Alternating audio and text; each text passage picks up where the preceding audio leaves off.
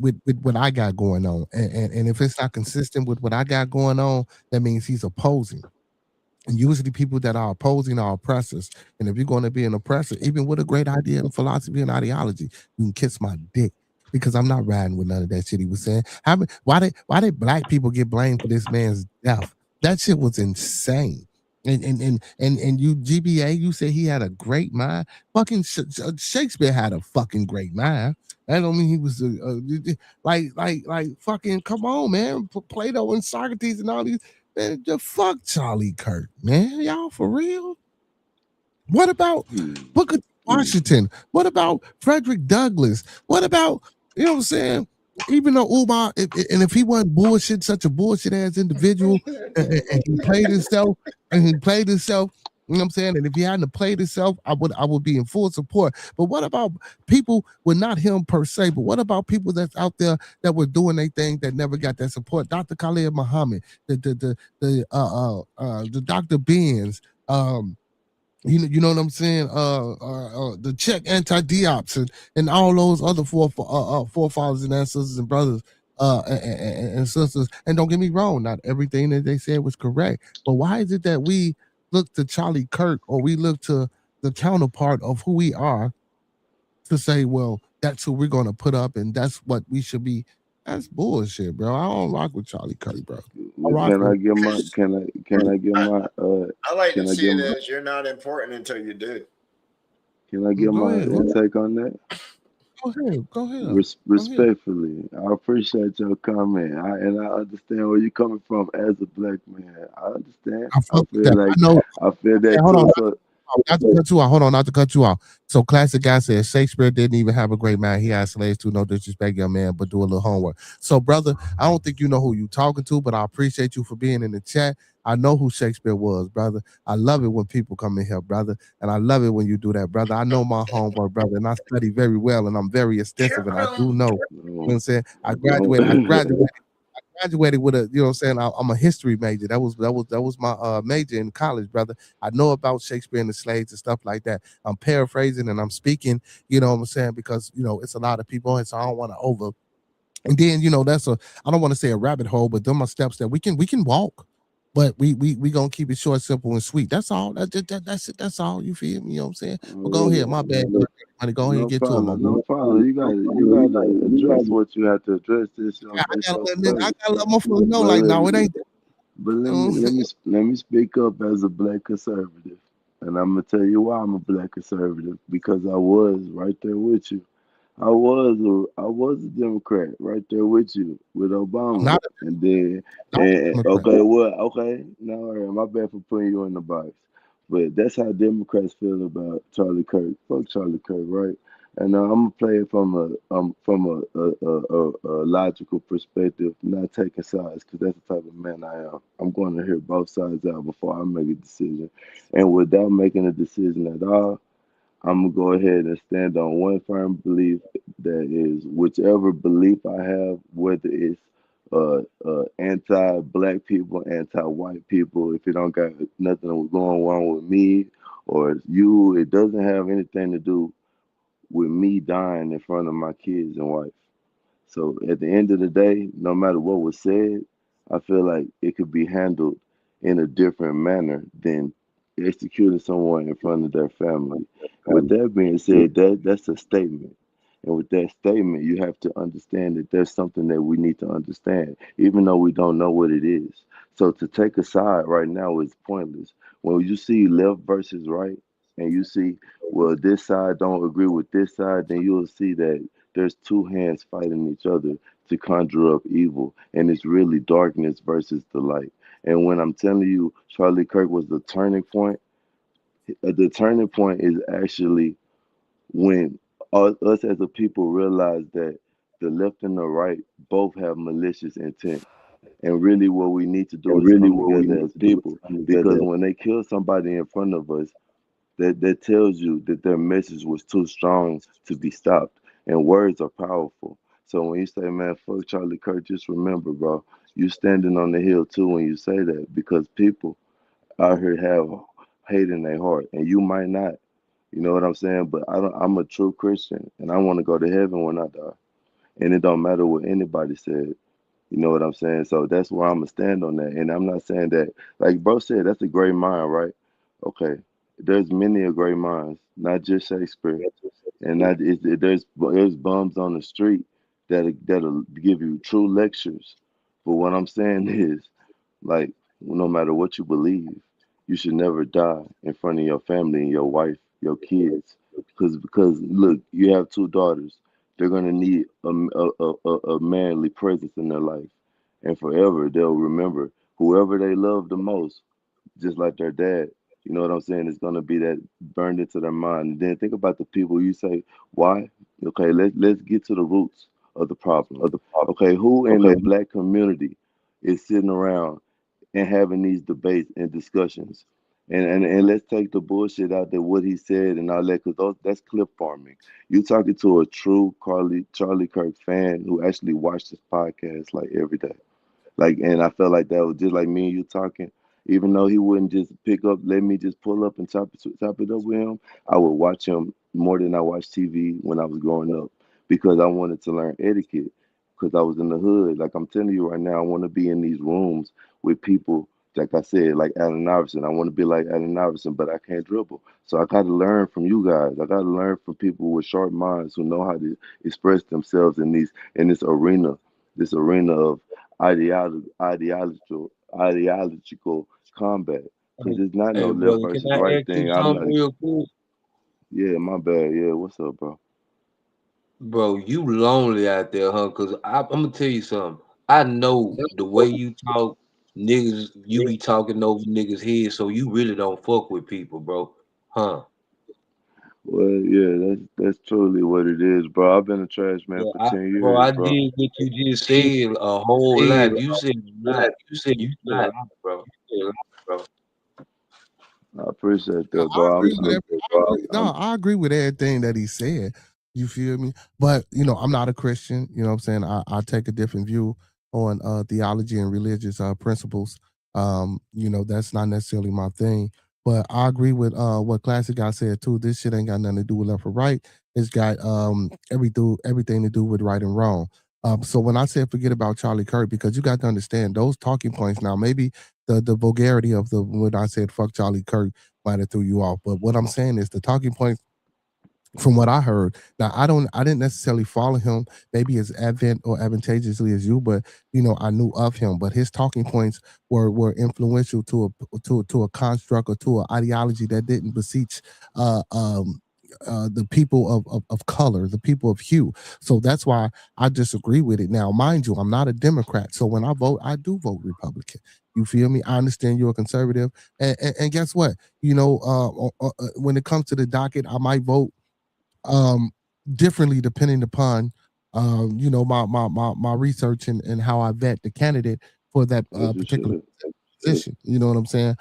So but primarily, I try to align with where my views um from my lifestyle aligns with majority Republican views. So but again, so I'm not against everything that Charlie Kirk says. Again, like how I say, my platform is it's open, and I invite all to come so I can listen to understand. So Yeah, uh, that's I what's can up. agree with everything that you said, but again, those talking points that he have, they too influential against a certain principle and things that we trying to do. So that's why I particularly don't care for Charlie Kirk. If Now, that's a don't get better me wrong, though, Blood. Don't get me wrong, Beard. I'm rocking with what you saying too. It's not, but not on. But I'm rocking with he saying, and both of y'all saying as in a whole, because yeah. when I'm listening to him to talk, he sound like he was saying, put yourself in his shoes. If you had that platform and a motherfucker tried to knock you off just because of what you believe in, you don't want to rock with what everybody rocking with. You see what I'm saying? But that's what too. I feel like us as a whole, anyway. And I know us as this color, we gotta protect what we got, and we got. But see, too, it ain't just about Charlie Kirk. I'm talking about Charlie down the street, though. You know what I'm saying? I be worrying about the Mm-hmm. locals. Yeah. You feel what I'm saying? And but I mean. that's the thing about it though, and it's been many of people, but that's I hate but I think now with social media, that tactic of making people silent is not gonna work no more. Yeah. It's making people speak louder because we see what's going on and we letting y'all know. Now y'all gonna have to come better. Yeah, facts. But big ups to Professor Remo, big bro in the building. He said only a fool fights for the honor of dead men. Hey, big ups to RS German in the building. He says Homeland Security is on my ass. Should I go But to Ecuador? if You a fool. that was the case, then we'll be fool for fighting for the things that our ancestors died for. If that's what I'm saying. If that's the case, then y'all would be. Well, then why you want reparations for? That's Right. what that's for dead man, right? So, classic guy, you say, how do I get up on the panel, brother? I done put the link in the chat numerous of times, brother. The link is in the chat. All you gotta do is hit the link in the chat, brother. So if you're on a computer or a PC, brother, you can hit the link in the chat. If you're not, if you're on your phone, brother, you can go on my community post on my wall and hit the link, and you can come in that way if you're on your phone. But if you're on a PC or laptop, or if you have your phone converted to a desktop type of setting, you can join that way. But again, if you're on your phone, you can most definitely hit the community post and you come on up here, man. And speak your piece, young man. You feel me? Hey, let's pause for a little break and then we can get right back into it, man. I sent you For me, an email. Yeah, I want you to play a song. See what it sounds like right quick. well, hold on, man. Let me get the bad conduct because I've been having ears in the back waiting. He said this from off his new up and coming album. It's called Drip Dry Counts. Let's get Now to it. you know what? Now next What? week we need to have a huggy. Pimping the hard head hour. Okay, Hey, okay. and GBA, I need you. Do you still got my email? I need you to send me because I got a track for you too, GBA. I've been posting onto that track. Well, you I know, don't think. GBA don't do no GBA do mixing and shit like that, man. Oh, I thought he'd be rapping. Nah, GBA ain't doing no rapping. He doing that. So You know now what I'm talking about? his music I thought that was his music and other people's music. Shit. Yeah. You a fool. But yeah, classic guy. Yeah, if you go to the community post, you can join that way. Bad conduct. This shit ain't playing. What the hell?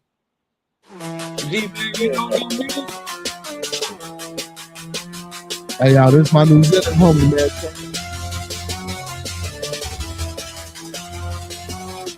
Blister packs of cigarettes, move the money mandatory for secret society to keep functioning. Manufacture hospital prepackaged bankruptcy, protecting the courtrooms, doomsday from coming. Blister packs of cigarettes, move the money mandatory for secret society to keep functioning. Manufacture hospital prepackaged bankruptcy, protect the courtrooms, doomsday from coming. So, roll the thunderstorms and protect the villain. Mask the truth and maximize the repercussion. Gin and tonic, white collar, metro dysfunction. Set the fat cats feast on the paws like a glutton screaming. Fuck 'em, let 'em slide. And malnutrition, employees forced to mad header. Change position, walk this 9 to 5. Soulless hearts, no rhythm, incarceration up the ladder. Promotion, prison, never happened. No change of patterns, hope for the simple stacks of dollars pattern. Procrastination, executives keep toes tapping. Financial golden binary keeps them false happy. Blister packs of cigarettes, move the money mandatory for secret society to keep functioning. Manufacture hospital prepackaged bankruptcy, protecting the courtrooms, doomsday from. Hold on, let me pause. You say AI. What you talking about? I think that's AI, fam. And when it Oh, comes to to that comment that you had just put on the screen, I'm the hardest worker on YouTube Live. We on YouTube Live right now, and I say that with confidence that I'm the hardest worker on YouTube Live when it comes to live streaming and working hard at what I do. And when I say that, I mean that. And so when I'm coming at whoever says, "Oh, well, the honor," look, it's not about honor. It's about notoriety. Your notoriety is what you do with your work. Your work on notoriety leaves your legacy. Your legacy is everlasting. It don't matter what you do. Your honor, you leave that you gone. It's gone. But your notoriety, your legacy, it lives on. And the people who didn't have a father, and the people who didn't have nobody to look up to, who wanted to learn how to speak right, so I can walk into these rooms and get these jobs and have a financial ability to provide for my family instead of going to the streets. Because ain't nobody gonna teach you that. And so to keep it honest and truthful with you, the legacy will live on forever. Because I'm gonna work hard every day to prove that you don't have to be complacent. That's my whole motto. And you'll go to my page and see. Like I'm telling people every day, like you want reparations, but you're still a slave because your mind telling you that you need a handout and you a victim and everything is against you. When really you have the opportunity of a lifetime in the best country in the world to make a chance for yourself and your family. All you gotta do is put your best foot forward and stop making excuses. There's places for you to go and there's things for you to do to get on your feet. And every day is another day given God by God for you to make a way for you and your family. So there's no excuses. And so when I say that you in America make a way for yourself, be if you uncomfortable with leaving, then that's your problem. You were one of them slaves that want to stay on the farm. When they tell you free, you don't want to go. Listen, you got to break away from them chains. You don't need reparations. You don't need nobody to give you shit. You don't need food stamps. That shit broke up our families. You don't need all that shit. You don't need Social Security. That shit made people. That's for people, grandpas who passed away back in the day. That shit is not for right now. And the shit that we putting in, we're not gonna get out. That's why I'm a conservative. And so when people say the honor dies with you, that may be true, but Jesus Christ, what he did is not is his honor. Is what he did, bro, is what we live Well, for every pause day. that. And he in Pause us. that. That's how I Pause feel, that bro. real quick, man. I got no. You good? Pause that real quick. We're gonna get back to the song. Bad conduct. I want you to pull up, man. This ain't AI, brother. Yeah, Professor please Remo, I pull up want you to pull up because I too. thought that was Professor straight Remo, AI. I want you to pull up too, man. But let me finish the Coming. song. Blister packs of cigarettes, move the money mandatory for secret society to keep functioning. Manufacture hospital prepackaged bankruptcy, protect the courtrooms, doomsday from coming. Order in the court, I guess it's judgment time. Don't confuse steel with rusted iron. So they keep it real but get busted line. They version of clean, a little dusty still. Never been to Vegas, but I know some neighbors in the hood that's looking for a lucky meal. And they'll shake, rattle, roll for a little bit of dough, like trying to make a truck keep still. Results in poverty. Got kids teaching themselves how to eat. I drop a chicken in the pot, no pot of grease, but it's a read that this pot gon' supply his piece. Extended plug, I got a lot of reach. Straight business, bro. Ain't got a lot of speak. Do street math, guess I'm about a geek. At least I ain't had to kiss nobody cheeks. In other news, we've received reports of society finally taking a stand against the blatant disregard the government displays towards the underprivileged members of our communities. The question to you is, where do you stand in this upcoming war? Mesmerizing lies tie up the mind to stay entangled and slowly fall behind. You can't help but try and keep up with the times through trending topics, the blind leading them blind. My bad, Man, bro. big up I to my heard it. political. I heard it. Big up political New Zealand homie. Hey man, listen, let me tell you something though, man. When you over here, man, sometimes you're gonna hear some good music, and I understand you might think it's AI because you might not be used to hearing that good music. That shit was too cold. I ain't gonna lie though. That from the beginning of that, I was like, damn, that shit sound like a computer. That shit cold though. That's what's up. Boy, you done done it again. You done done it First of all, again. he said that was directed towards Monkey Man and not you. But now let's get to this comment though. He said, no, that was twisting my words. He said, you fight for your own honor, and those that are still around benefit from that fight. A dead man honor is gone along with him. That's not saying shit about reparations and a legacy, bro. Like, what did like? No, that's on my page. That's something like my stick about being in a victimhood mindset in general. You know what I mean? To say like what we got going on, because let's get to the root of what you were saying is he was antithetical to what you had what y'all got going on, and which is what, you know what I'm saying? Okay, so first of all, shit. hold on, no, let me cut you off. No, not me to cut you off. So when did you hear me say at any point in time doing what I was talking about? That I was talking about reparations. So that I was talking I didn't say. I'm not saying reparations. Listen, hold on. Let me walk you to what you just said. Hold on, Blood. Let me pause you. You said that I said that he said that you just said that I said that what he was talking about wasn't conducive to what I had going on, right? Bam. But you went on a rant and a tangent about Social Security and reparations and receiving this legacy, right? I spoke nothing about any of that. Now, see, now if you frequent the channel, brother, so I believe in, you know what I'm saying, a little bit of all philosophy. So I'm gonna take from the Pan I African don't principle. frequent the channel. I'm sorry. I'm just now. I'm just getting up on the channel, so I don't know that. I know, but let me get you, brother, because you speaking and you saying things that I didn't say. So I'm finna let you know where my views align. You feel me? I'm not looking for no handouts, and we ain't looking for no stamps. When you come over here, we talk about empowerment, man. I look for 25 good people with any networking, with any real estate, with any money, with anything that you could bring to this table. I'm looking for brothers and sisters with think tanks. I'm trying to create biologists, engineers, scientists, lawyers, doctors. You feel what I'm saying? So we can get to a point where we can be self-sufficient and sustain our own.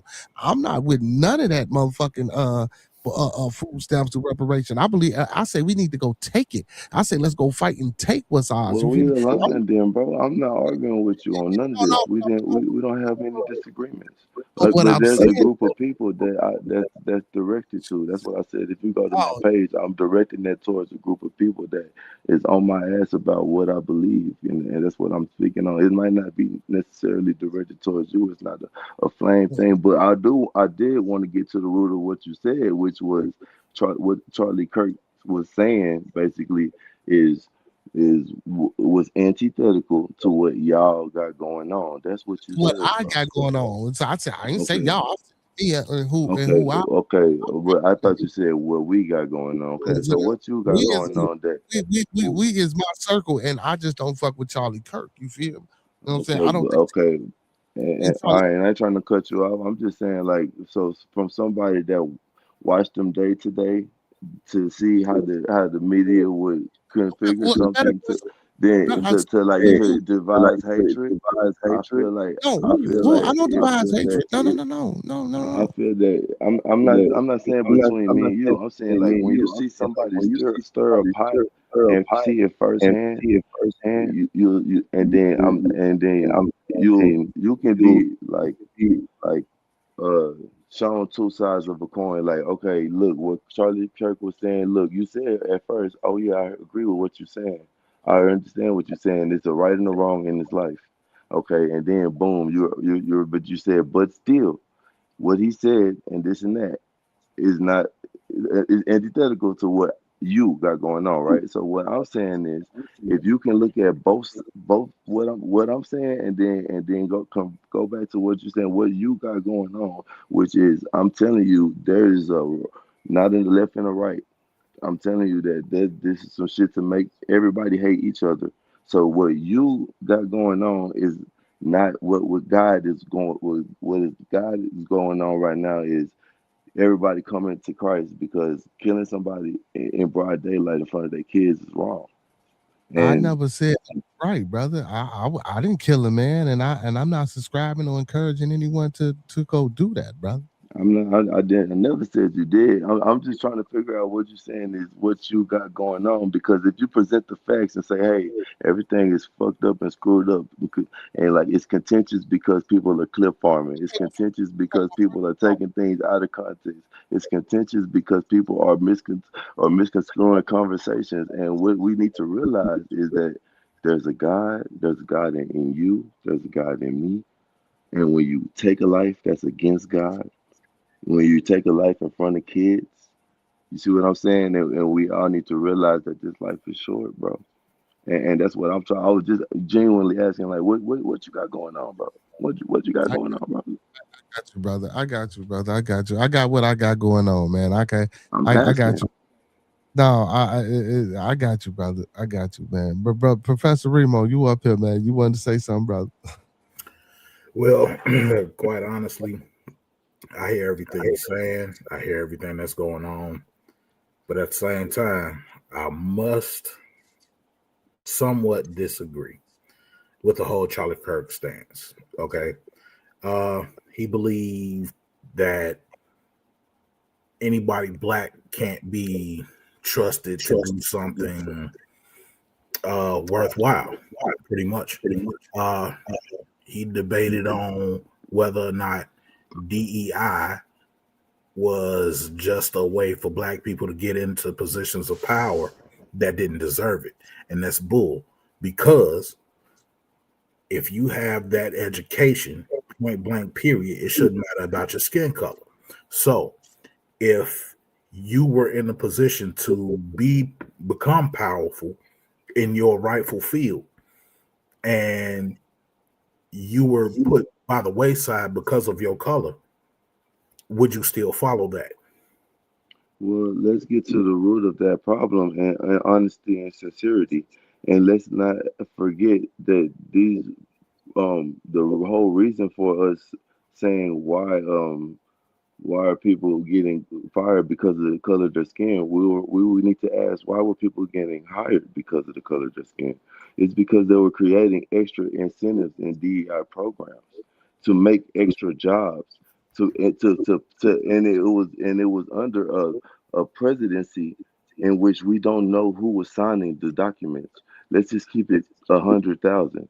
So when we come down to talking about, well, people are getting fired, people are losing their job, but it's like, I'm sorry, but I can't really hear what I'm saying. But I'm saying that when people are losing their jobs, you got to realize that it's a pendulum swing.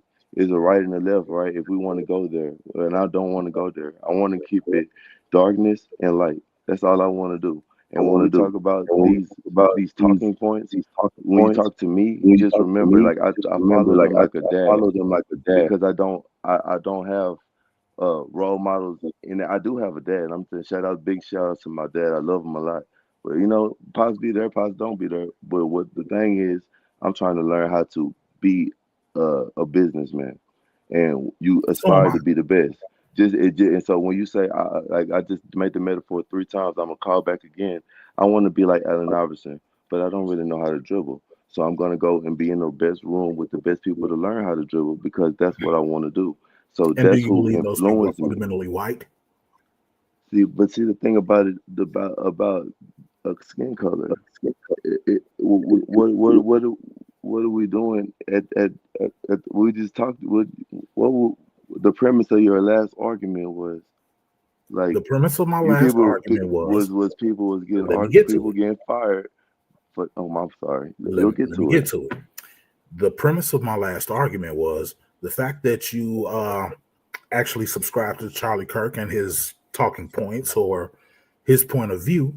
The question is, if these talking points directly affect people of your ilk, how do you still follow him if that would directly affect you? Because I feel like a black sheep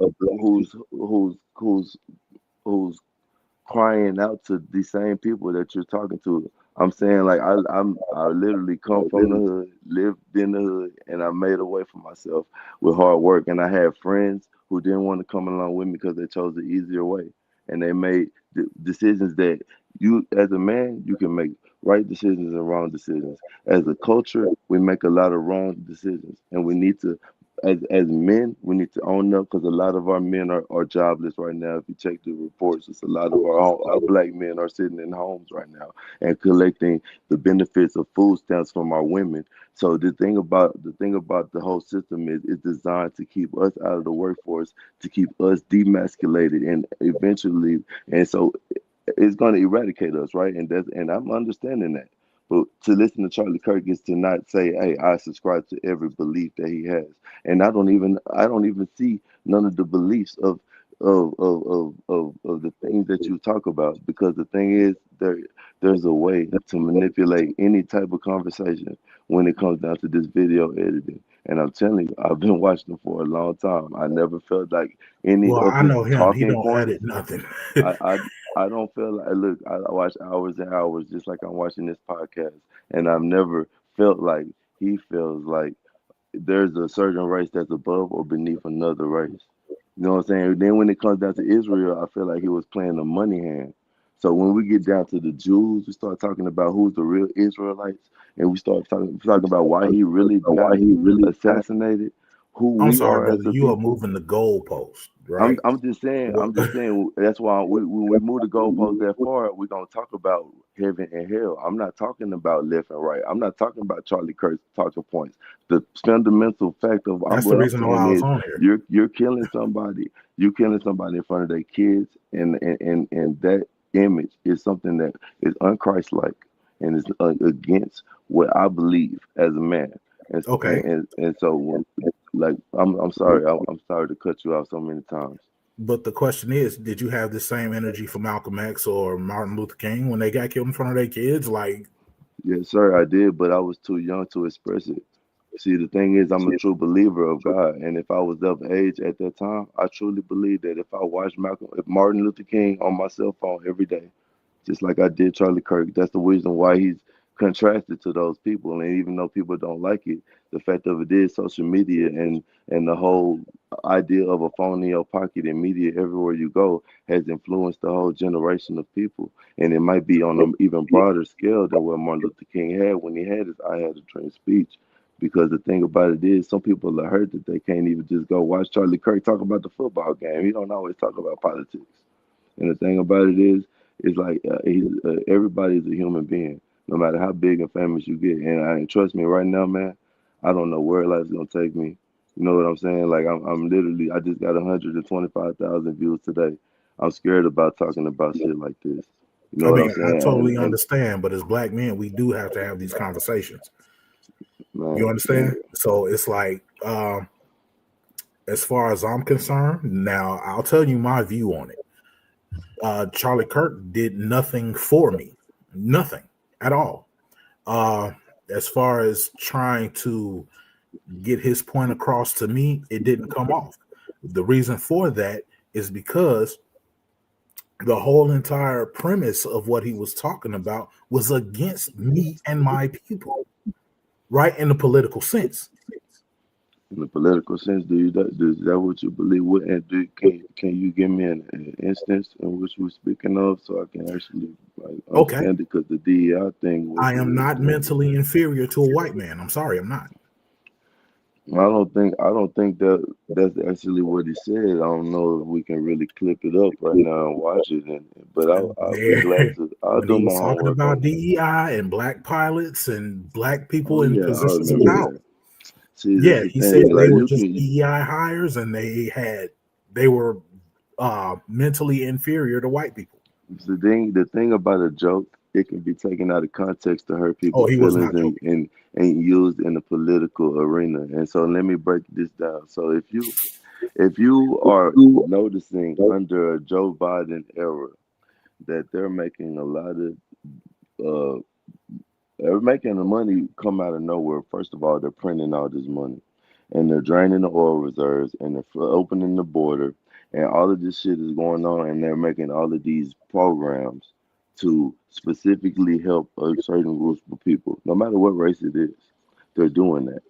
You know what I'm saying? And so now you have an abundance of this type of shit going on, and you have abundance of different errors.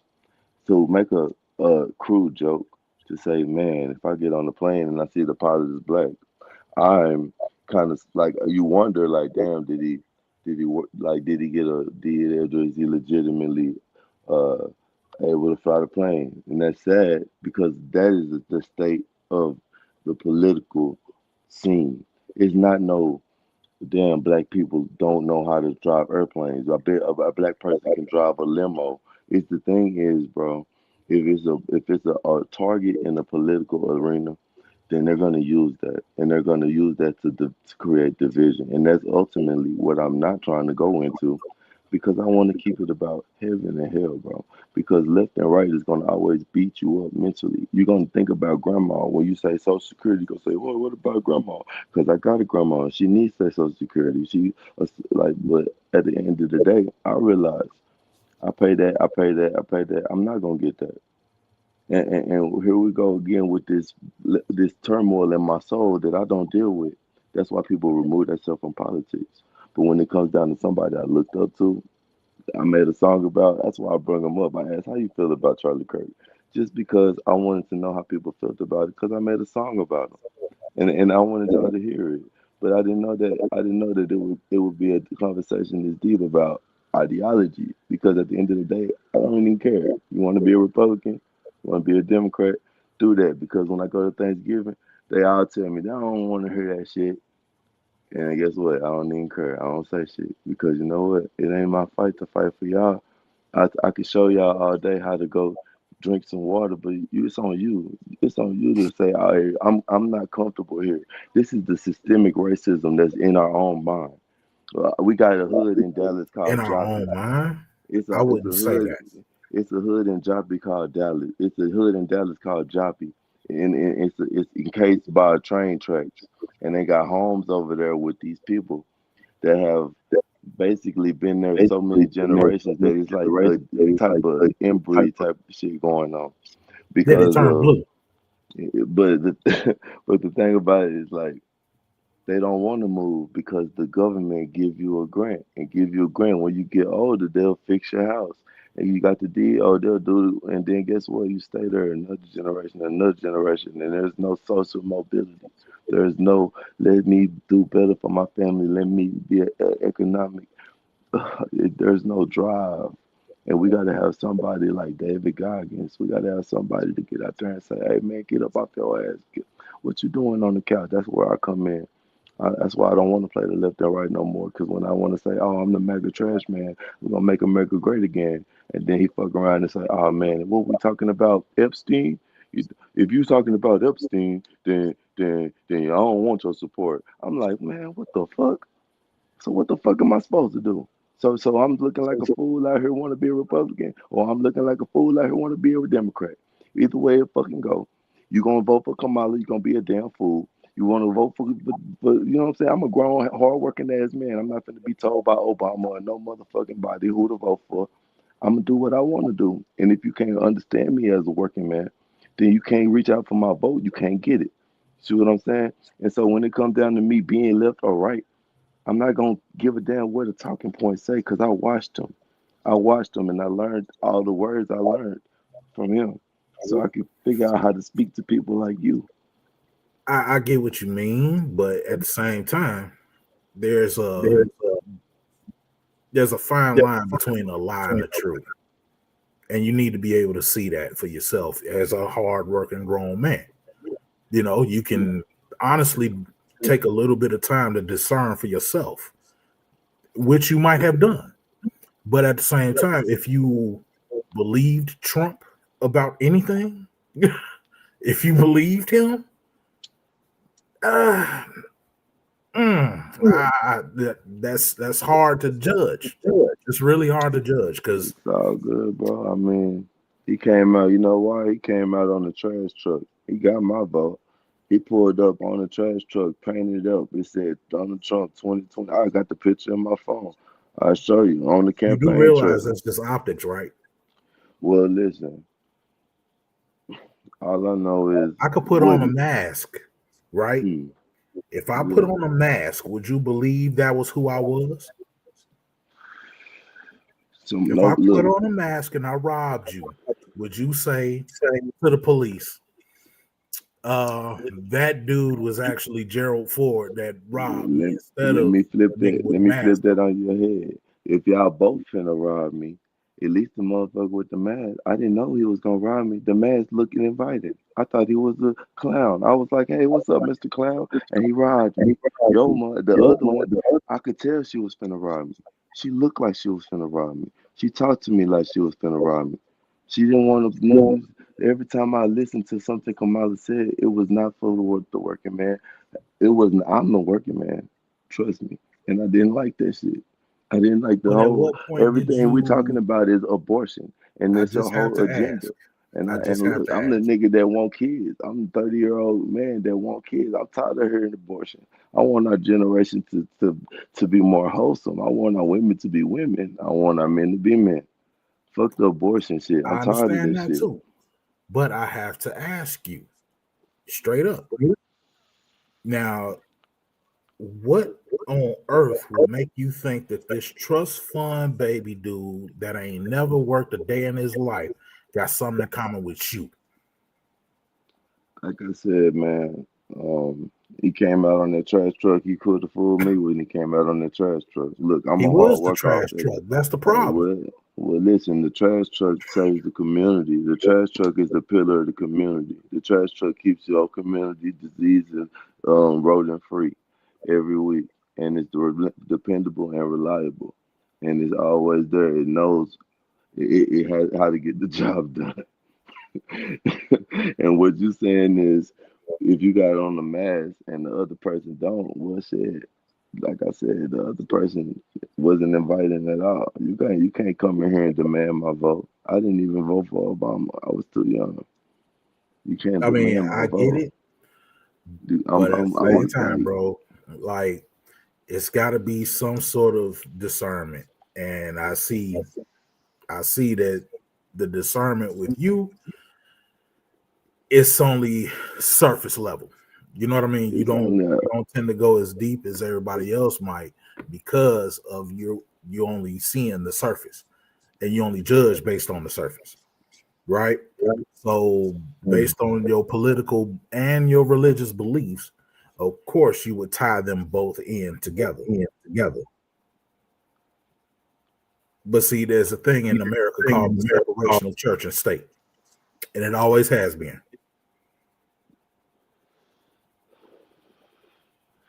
and see, at the end of the day, when all of it, like when it happens to happen, bro, in the separation of state and all that shit is gonna get merged back together. Let's just say It never that. was merged.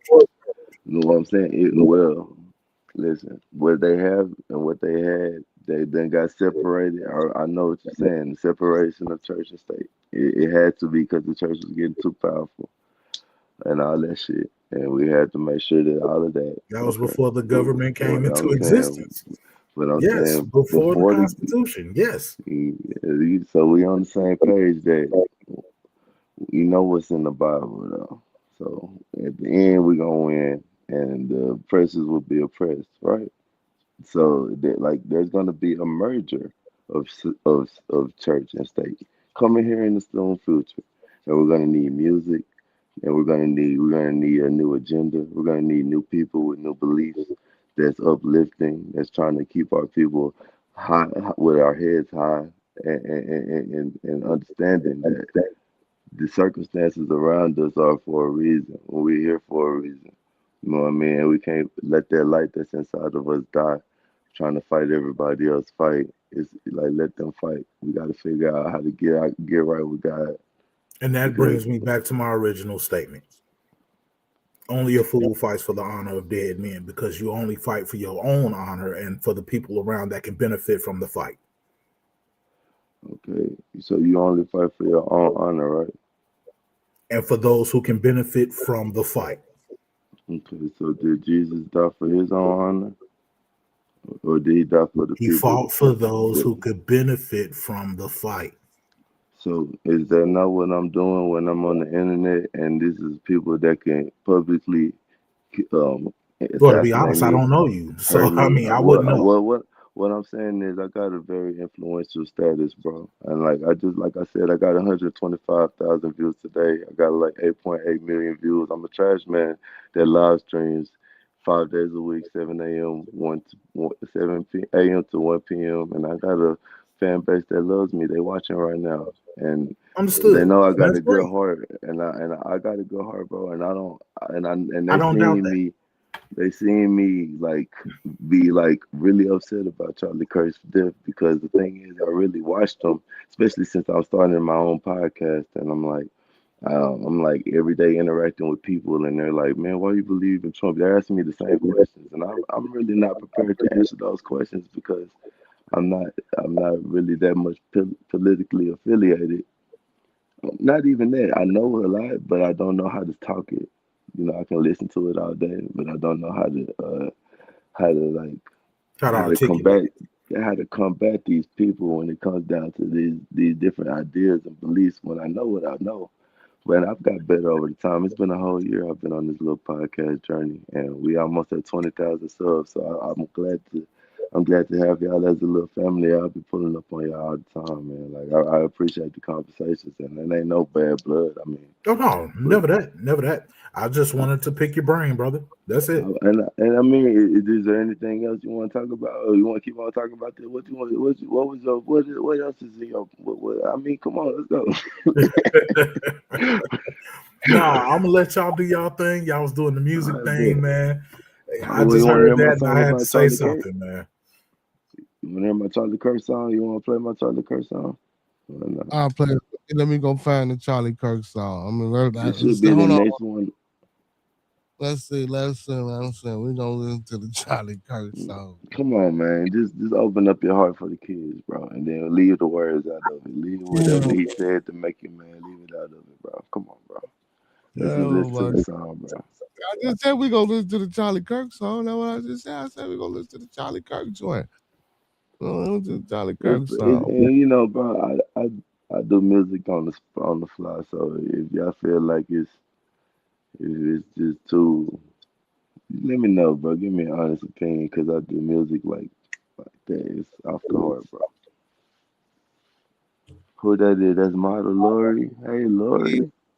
Oh, Lori, how you doing? Let's listen to the Charlie Kirk joint. Let's put us up on the screen though. Let's put us up there. Let's listen to the R.I.P. Charlie. Heavy conversation, stressful situation. Bring it back. All right. Heavy conversation, stressful situation. My grandma tell me is make sure that I'm patient. Heavy conversations, stressful situations. My grandma tell me is make sure that I'm patient. I've been in the matrix just trying to navigate. Why they kill a man in front of his family, then celebrate? Why they kill a man in front of his family? Cause he walked in faith. In the losing effort, this the plan they formulate. A weapon is a coward's way to win the debate. And though I'm filled with rage, I pray God learn me grace. As I refrain from saying the crazy things that's so distasteful. Heavy conversations, stressful situations. All my grandma tell me is make sure that I'm patient. Heavy conversations, stressful situations. All my grandma tell me is make sure that I'm patient. Come change my mind if that's how you feel.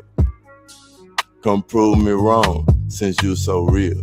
But you might end up in your feelings and I might get killed. They can't handle my intellect, I guess I'm just too skilled. They can't attack my character because my faith is real. Keep it real, quickest way for blood to spill. Come change my mind if that's how you feel. But you might end up in your feelings and I might get killed. Heavy conversations, stressful situations. All my grandma tell me is make sure that I'm patient. Heavy conversations, stressful situations. All my grandma tell me is make sure that I'm patient. I've been in the matrix, just trying to navigate. Why they kill a man in front of his family, then celebrate? Why they kill a man in front of his family? Cause he walked in faith. In the losing effort, this the plan they formulate. A weapon is a coward's way to win the debate. And though I'm filled with rage, I pray God learn me grace. As I refrain to say the crazy things that so distasteful. Rest in peace, Charlie. And action. I'm Boss with Boffmo. I don't know what y'all think, y'all. Decent. Decent again. A 7 out of 10. I appreciate that, y'all. Just something that I had to attribute. You know what I'm saying, Pan Hummer? He said that mix ain't it. He said the mix ain't it. Well, I've been told him that. I've been said that you know what I'm saying, the mix. But he recorded himself, so I don't really listen to the music for that. I listen to what he's saying. You know what I'm saying? I listen to what he's saying. I really don't listen to it for the mix, because you know, again, as he said, he do everything. Yeah, he said he do everything himself. So now if he was an engineer and a producer and had mad equipment and shit like that, you know, then you know I could probably, you know what I'm saying, give it a little bit more. Oh, I so, yeah. appreciate y'all for keeping it real. I ain't got the best equipment, but I'm still trying to Yeah, do what I most can definitely. to get my sound out there so people can hear what I got to offer. It's about content collaboration. That's what it's about. Like going forward, it's not about what you've done in the past, but what you're gonna do next. You know what I mean? So hopefully one day I'll be um, able to like go on tour or some shit like that. Because one of them songs got 1,000 views in a day. You never know, man. It don't matter who recorded nowadays, bro. It's about who you are and personality and shit like that. Keep working, keep pushing, man, and just keep doing your thing, man. Like you say, man. You say you the hardest working man on YouTube. So shit, what I'm On saying, you keep YouTube working. Live. I don't want to do that. Live. Okay, on YouTube Live. You know what I'm saying? All right, Mr. James Brown, hardest working man on YouTube Live. I feel you. I feel you. Bro. You gotta pull up on my chat, bro. I'll make sure they subscribe to you. Once the subscribers pull up, bro, it'd be about 300-400 people in that motherfucker every day when I get the Shit, I'll be at work myself that early in the morning, brother. You know what I'm saying? I'll be at work myself. That live be going crazy every day, bro. It's kind of like a prime time slot now. It feel like goddamn ABC or some shit, General Hospital, all the shit that done happen. Well, shit, if I can do, I one morning if I'm up early enough, you feel me? Before I go to work, you feel me? I'm talking about hop you on the East Coast, right? Nah, I'm in Chicago, my boy. I ain't on the East Coast. My boy GB he on the East Coast. He done fell out though. I'm 7 a.m. so I'll be on there sometime, but y'all just lock in with me, bro. If y'all can. I ain't going nowhere though. I'm just here. What's up with it? Most definitely lock in with you on your digs, man. You know what I'm saying? Most definitely. Speaking of work, brother, I think I'm gonna go ahead and get back to it. All right, my boy. You know what it is, fam. Grinding as usual. All right, my boy. Go ahead, man. Get back to it. All right, fam. Y'all nice be talking smooth, to man. you, bro. Nice talking to you, bro. It was good to talk to you, bro. Hope to talk to you again soon. All right, Professor. All right, Professor. The Professor has graced the panel with us. You know what I'm talking about, man? We got the Professor up here. You know what I'm saying? Oh, shit. You feel me? The Professor then came up here, man. You know what I'm saying? Oh, man. Let me see what I got for y'all, man. Let's get to some more of your diggy digs, man. I got some more jammy jams for y'all, man. You know what I'm saying? We ain't gonna stop y'all. We in the building. Let's get to it. Alright, when I mix it in right with the Sprite.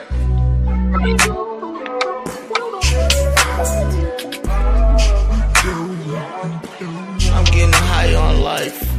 Yeah.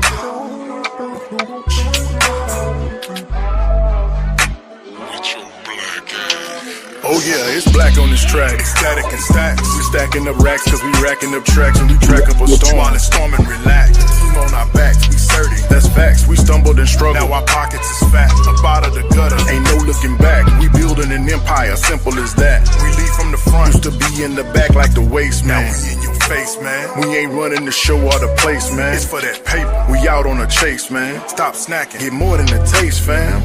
Diamonds on glisten while fans rock and listen. We run with boss women, no simping, no pimping, no limping. We strut, our swagger too much. Be all in them guts till they tell you ease up. Slice on the course, rubbing elbows with money. 4 under par, smart brother, no dummy. Bet him a pension, then pay him his money. He chat about his business and tell how he run it. It's funny, they thinking the hood need a friend.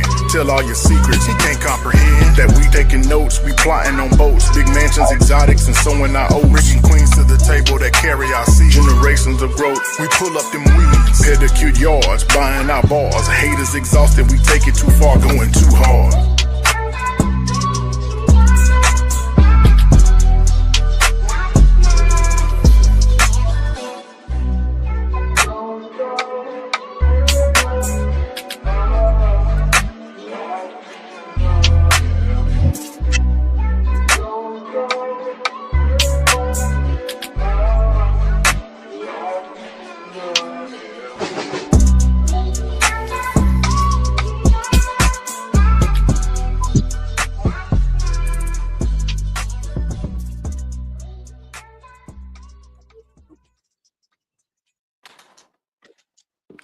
Yeah, man.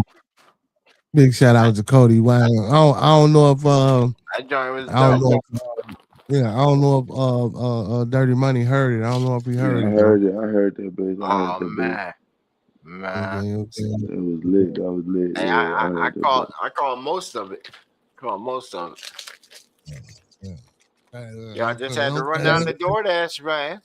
Just had to run down DoorDash, man. How the hell you had to run down DoorDash? Would you been chasing him this long? Yo, the dude had the audacity to put the stuff on my front porch. Sit right there. I'm watching him on the camera outside. He puts it on the porch, takes a picture, and then takes the bag back up, start walking to his car door. So I go ahead and pop the door open. I said, "Hey, bro, where you going with my shit?" Yeah. He's like, "Oh, put it back inside the car. They told me to take it back." I say, "Yo, unhand my shit." You got me fucked up. You gonna leave a review? Yo, he tried to hop inside the car, so I reached inside and grabbed my shit. What? And then he sat there like he was waiting for something. So I came back inside real quick. You know what I'm saying? I grabbed my sword and walked back up, tapped on his window, and he hauled ass. Oh no, man! You know you doing too much, man. You out here doing too much for motherfucking business, Hey, you come out in the dark and play stupid games, man. Yeah, no, man. We don't get sliced up like a samurai. Just trying to jack my junk, man. Hey, over $20 worth of stuff, you know. Samurai Jack, your ass boy. Right. Damn, man. He tried to take your fiddles and shit, man. Right. Nah, man. I ordered some eggnog, some 2 bananas, and a pack of some grapes. This late? 7-Eleven. Oh, okay. 7-Eleven. Plus, somebody needed to make a couple extra dollars. You know what I'm saying? So you know, just looking the now. DoorDash guy, right? You know what I'm saying? But he's trying to get over. Right, you trying to come on, right? You trying to take? Man, you just got a little free hustle. And now you want to take my shit? Hey, where you going with my bag, bro? Damn, that's crazy, bro. That's what motherfuckers DoorDash. That's what motherfuckers be on out here DoorDashing, man. They be out here taking motherfuckers' food, putting it back in the car. If you had to be, he was gonna pull straight the fuck out. He was gonna take off if you wasn't. Bro, what's crazy is this is common. This is common, man. I send these people this camera footage all the time. They said, nah, that didn't happen. And you send them the drop link, and they're like, "We're sorry, so that we doubted you. We're trying to do better in the future." Like, how? See, I don't use that just for that reason. I don't be with the DoorDash shit. I ain't nobody. I just don't like people coming to my house, bro. For real, like that. Oh, that's the thing. See, they gotta come back here, man, in the dark already. So you know, they don't even want to get out the car. They just lower the window most of the time. This guy actually came up to the door and then took a picture. Like, word. You know they supposed to take a picture. When they drop the shit off, they supposed to take That's a what picture. I'm saying. As soon as he came up, it hit the camera. So I seen the camera. I said, "Oh, okay, he's out here. Let me go downstairs." And then I come out the door and I'm saying, "Yo, sit there for a second." He opens up the porch where he sits it, and then he shuts the door back down, reopens it. And I'm like, "Hold on. Let me listen." And then he said, "He's not answering the phone or whatever. I'm taking it." And I'm like, "Hold on. Okay, he shut the porch door. Hold on. Let me open this bitch real quick." Oh, this motherfucker got my shit. Hold on, y'all. Hey, where you going, man? Okay, you going for the car. Hold on, I got you. Yeah, but you gotta be careful, man. Motherfuckers be having their pipes too. You just gonna be out there all willy-nilly and shit. You know what I'm saying? Bro, I was too close. I'm too close. See, back here, you know, back here, he already pulled up on my property, so he's already. He done snuck up like a samurai, bro. It's dark at night, bro. He don't know where he at, bro. You see him already, like. You know what I'm saying? He coming in from a different angle. You know what I'm saying? He don't even see. He said he tapped on the window. He was like, "Oh shit!" Like, yeah, nigga. You still gotta watch that, nigga. You gotta be careful. You got to be careful though. But that's dirty as hell. Yeah, Miss Miss Laura Ann. That's dirty as hell, man. Taking the picture and taking the food back. But that's the type of shit, man. That's why I don't do it. And then I ain't with having the motherfuckers bring me no man, food. I got somebody that showed me that. That worked for them. This guy showed me a box of pizza he delivered from 2 years ago. He still had it in his phone gallery where he was able to upload it on there and complete the order. Wow. Complete the order while he was still at the store. I said, hold on, what? He said, you want to see how to get a free pizza? I said, how? He said, hold on. Bam. Yeah. That's crazy, man. I looked at the joint and said, delivery already completed. I said, yo, that's a free pizza. Man, I'd be scared of the free pizzas. I'd be scared of the pizzas in general at 7-Eleven. Like, they good, bro. Like, I ain't gonna lie. I ain't gonna say I won't eat a slice. When I'm working, I might eat a slice or two when I'm at work, right? But when it comes down to buying them whole pizzas, you put them in the oven, it's like they be good and they be done too fast. And then now you he be like, oh, pizza. He talking about a pizza from a pizzeria. I'm assuming. I thought it was that 7-Eleven pizza, free pizza from 7-Eleven, right? No, you wasn't. Nah, You were talking about no pizza for them. Nah, I ordered. My bad, y'all. I didn't hear you right though, bro. Those 7-Eleven pizzas, I go bro, to the actual pizza them, places for pizza. You know what I'm saying? Oh, I need the for official sure. pizza. Y'all up on the East Coast, bro. You better have some real pizzas. I ain't finna eat no bullshit if I'm on the East. If I'm up there, bro. Man, we in Texas, man. You know what I'm saying? You go to 7-Eleven. Oh yeah, we get that New York style all the time that come through. I ain't eat shit for no. We get that Texas style too, them real deep joints. Yeah, we get that come through like You Little ain't eat Caesar. shit for 7-Eleven. I ain't eat shit out no 7. Bro, if you buy the whole pizza, right, the motherfuckers, like, you put it in the oven, and then they be done in, like, 4 minutes, whole pizza. Like, I'm talking about done. I'm talking about dripping. And you sit down, you eat 1-2 slices, you be like, damn, this motherfucker good and hot. It must be something different. That's what I'm saying. Is you look at the joint to take home, it said 8 minutes. but that's what I'm saying. Because it's already pre-cooked, it's just frozen. So you know what I'm saying? It just be it's already pre-cooked, so you ain't really heating it up. Okay.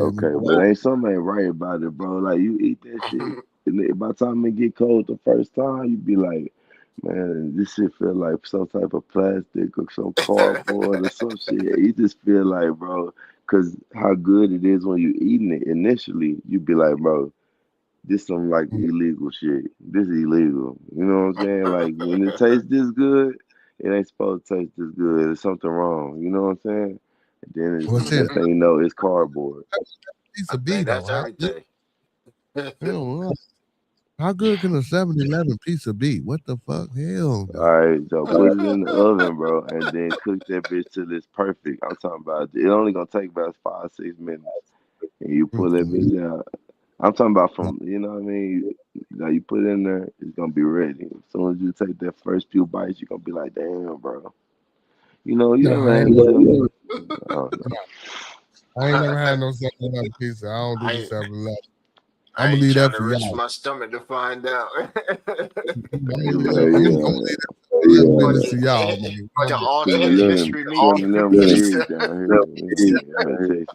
So my bad, y'all. I know y'all up north. That shit, pizza in Chicago. Come on now. All right, bro. My bad. I ain't trying to disrespect you like that, bro. Well, they got the Tombstone joint. In Chicago, they got all the pieces. They got they got, and I ain't gonna say deep dish. I know y'all got some real shit. I think y'all got some type of tongue crust, something that y'all. I fuck with this pizza. These pizza the shit. Oh, okay, I know people be like, "That man, that's all they talk about," but it's some more shit though. It's like some thin crust shit. Medium crust hand toss, but I fuck with the deep dish. These dish, that's the shit though. Hell yeah. Oh yeah. Deep dish pizza, with all the ingredients in the pizza and the fucking sauce on top. That shit bomb, boy. I mean, shit, I gotta come up there for my bro. I gotta come visit, bro, the Windy City. Man, it's cold in the motherfucker right now, my boy. I don't know if I'm gonna be in a trash truck up there right It's now. saying 24 over here right now. Oh, yeah. We're calling the motherfucker. And it's You don't crazy wanna because I come- just came. It's crazy because I just came from 70. Yeah, right, because you was in Florida. Yeah, because you was in Florida, man. Right. Shit. Mm-hmm. That's Well, when shit, I he down there in Dallas, shit. He got good weather, shit. Oh yeah. Yeah, it's been feeling good. Soon as as I got off the motherfucker. plane, I said, "Oh my gosh, it's winter time again." Mm-hmm. It ain't even winter time yet, man. We still got a few more days.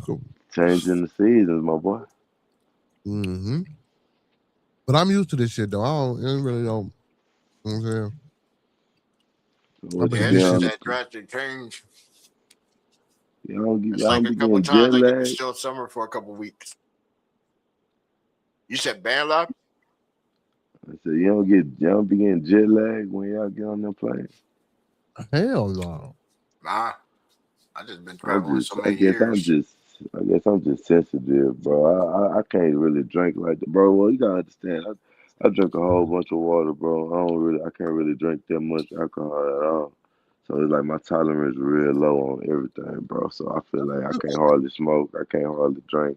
Shit, you been smoking your ass off. What the hell? No, I'm talking about like goddamn like tobacco, shit like that. I in a room full of cigarettes. I don't like that shit. Or I can't like if I drink a drink like if I 2 or 3 shots, I'm good, bro. Like I'm good on the second shot, to be honest. Oh hell, no, I need more than that now. If I'm a drink, hell no. But look, I'm well measured though. I don't like to be out and be sloppy, bro. I'll smoke all night though. I'll keep Don't be finding out. sloppy, nigga. I feel you. I don't be sloppy, but I get more shots in. God damn. I probably need about 2, 3. I take 3 because I be, bro. I gotta drive. I'm the type of nigga like I be, bro. No, I got too much to lose, bro. Again, I got a lot going on, bro. I would like to talk to somebody about it. Y'all talk to me about it one of these days if I want to. But I got a lot of shit going on. I'd like to get a real perspective what y'all would think what I should do. Talk to me, man. You here right now? Talk to me. Shit, I ain't going nowhere. Yeah, I don't know why I keep doing that, bro. I keep doing that shit, bro. I ain't going nowhere. Shit, man, I'm on this goddamn YouTube, bro. I done started probably like a year ago because I had got this case, bro. And I didn't even know I got a case. So let me tell you why I feel so strongly about this, like how women can like weaponize law enforcement and trap black men for fun. And I feel injustice in my heart because it's done towards me, and I feel like it's lighting a fire under me to like work my ass off, like I have a never ending gas tank because, bro, I'm facing 40 years, bro, 40 years in jail, and it's like I'm gonna tell you why. When I first started this YouTube channel, I created it because my ex had told me, like, man, I like your music. You should put it out for the world to hear. Like, don't listen to nobody else. All right, cool. So I made the YouTube channel. Me and her broke up. We were trying to do a little couple thing. And then this little big chick that I talked to back in the day when I was in high school, bro, like rewind to high school, my mom passed away junior year. And I'm living with my pops, so he burned off to Arkansas. We in Dallas. He burned off to Arkansas. So I got a girlfriend where I'm at. So I stay in high school senior year living with my ex-girlfriend. We live together, shit like that. I'm trying to become a man. All that shit happens, and I get help from this little fat chick. This little fat chick, she was 1 year older than me, and she would like let me come sleep at her house sometimes. And you know what I'm saying? I ain't shit. You know what I mean? As a kid, you know what I mean? I'll be doing shit I ain't supposed to, cheating on my girl, so I can have somewhere else to sleep. Because I'm sleeping at my partner's house when I can, sleeping at these females' houses, and sleeping at my girl's house because her parents done basically accepted me as a son. So I'm sleeping with my girl like we married. So that's why I got a different view on marriage and like when you should do it, how you should be like what women choose over marriage. I got a whole different perspective, and so basically, this fat chick, I keep going to this fat chick. Sorry, that she helped me out. So later on in life, I'm just not getting right. You know what I'm saying? Getting off probation, get my life together. Got my first apartment. This fat chick talking about her baby daddy got her pregnant and burnt out to Mississippi. And I'm like, damn, that's fucked up because she used to help me out with the woo. I got a big heart, blah, blah. It's like, cool, come crash in my living room, for a little while till you get on your feet with the woo. You get your food stamps, blah, blah. You be, you know what I'm saying? And see, this is where the confusion comes in. Yeah, I ain't shit, bro. I fucked back in the day when we were kids, but this is years and years later. You reaching to me as a friend, like basically a Facebook friend at this point. And I'm saying, yeah, based off of the merit of my character and who you are to me and how you helped me in those times. I let you live in my living room for a little while, but the bitch took advantage and was there for like 4 to 5, 6 months. Then helped me pay for shit. Then she magically lost her food stamp card. And next thing you know, she being filthy. She's not looking for a job, leaving feces and shit on my toilet seat. And so at this point, I'm like telling her to leave. We get into an argument about some bullshit, about noodles being left out and having roaches. I get mad. I say, she say, you need to calm down and lower your voice. I would hate to see you go to jail. I get mad. I say, bitch, I'll pop this motherfucking air mattress and make you sleep on the floor. You know what I'm saying? Because I'm telling her, get out, get out, get out. I want you to leave. I'm not gonna leave, blah, blah, blah, type shit. Even though we're not fucking. And there was an agreement upon her moving in the first day, hey, I'm not gonna be having sex with you. We're not on that type of time. I just want you to be all right, you and your daughter. For 3 to 4 months, I go to work, come home, I do whatever I can to keep the lights on. Anyways, me and her get into that argument. I go to pop the air mattress with a knife. She comes in front of me and like bumps into me to like stop me from popping the air mattress. I say, all right, well, fuck it. I'm not gonna wrestle with your bitch ass, your big ass. So I go back. I did have a knife. Put the knife back down. Did not pop the air mattress. Did not harm her. Got in my car. Went to work. Went to work. Nothing happened. Bitch locked me out of my house that night. So when I come back home that day, I'm locked out from the top lock. For a week, I'm locked out of my crib. Can't get in. She ain't answering the phone. Won't let me in my shit. So I'm at bitch's house. Finally, I get to my crib on Mother's Day. She gone. I move back into my crib. 3 weeks later, they come pick me up from my job and say, boom, you got an assault. You know what I'm saying? Deadly weapon. Her and her baby. And it's the thing, like, bitch, I didn't assault you. I never will hurt you, never will harm you or your baby. But the fact of it is, it was the preconceived, like, looking back on it, like I said, the first thing she said was, I would hate to see you go to jail. That's what sent me out.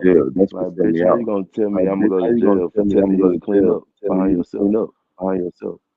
And I got this documentation that I'm telling all my friends, like, I want this bitch to get out of my shit. No, she's not on my lease. So anyway, when they took me to jail, they're like, damn, you didn't talk to no detective? I'm like, nah, I ain't talked to no detective. They're like, damn, we just executed a warrant in front of you, all your friends, and everybody at work. You know what I'm saying? In the middle of the night. When nobody had any spoke to you. So no, I don't know. I got a warrant, none of that shit. So boom, I lost my job. You know what I mean? So now I got to go back to the trash truck. I just want to get y'all opinion on. Cause see, the thing is, I wake up every day. I don't have a court date, so they're not gonna give me a court date until they're ready. It's been over a year, so now I'm just out on bond. So I got a golden opportunity to get a decent pay to do what I love, work on the trash truck. I give it my all because I know that any day, as a black man, the system can be used against me, and I'll be in jail for 40 years. And so even though even though people say don't look at life like that, I look at it like, bro, if I don't live life to the fullest right now, I'll regret it. If anything turns against me, I'm the one who got to go in there and sit in there for 40 years. I'm gonna remember every time I was on the route. I'm gonna remember every trash bag that was at the bottom of the can that I didn't get. I'm gonna remember every time I didn't pick that trash up off the ground. I'm gonna remember every time I didn't talk to the kids. I'm gonna remember that shit. So it's for more than the money. What I do is really just to keep me going, bro. Cause I feel like when you feel like the world against you, bro, like lost it all just for helping people and having a good heart. Yeah, I made mistakes, but that bitch know in her heart that I would never hurt her or her baby. That's the whole reason why she living in my living room for 5 months without having sex with me or anything like that, or even being expected to pay a bill or anything. She done seen 2 or 3 of my bitches. Like she knowing, like I want you to move around because I want to start my own life. I want to have my own family. I don't want to raise your daughter. And that's what the sheriff told me. Like women's feelings get involved when it comes down to kids and having a stable man and having a man that'll go to work every day, that'll pay the bills, that is handsome, that'll do what's right. Like women want that, and if you don't give it to them, they'll ruin your life. So that's where I'm at. What you think? I ain't gonna say it gonna necessarily. It can happen if you're involved with that lady or something like that. So, did she got mail at your house? Did she get mail there? Well, I don't know. I don't know if she did. I don't think she did. Maybe she did. That's what I'm saying. See, you got to know these things when you involve Yeah, I yourself. didn't know she liked her as in with me. I know now. Yeah, I understand. Like things are learning curves, and you want to be. So I can't really um put a full. I'm not that I'm saying I want to judge, but put a full understanding because like you said, you didn't know. Because she got mail. If she got mail at your house, it's a process that you can go through to evict her. And according to her not being on the lease, you could have went to what I'm saying, the landlord, and went through the proper procedures to get her what I'm saying, out of the house. And again, anytime you do things like that, and I'm sorry, um, you want to get, especially when people living with you, and like you say, she didn't help pay any bills and things like that. You want to get some of those type things down and right. And it's a shame that you shouldn't have to do that. But in most cases, you want to do things like that. And if she lost her link card or her EBT card or whatever it was, she could have easily just called and got it replaced. You know what I'm saying? Now, the nastiness and the filthiness, yeah. Like, don't get me wrong. I understand, that's not how you live or whatever. But it's all, and again, when you're dealing with women, it's always a way to say things. It's always a way to do things. And I get it. It's my crib. Fuck that. Ain't no way to say or do nothing when you living in my motherfucking house. If I don't want roaches and all this nastiness and filth, I should be allowed to say and tell you, look, you need to clean this mess up. I don't want this shit around. And then you got a daughter. Like, why would you even want to live like this, right?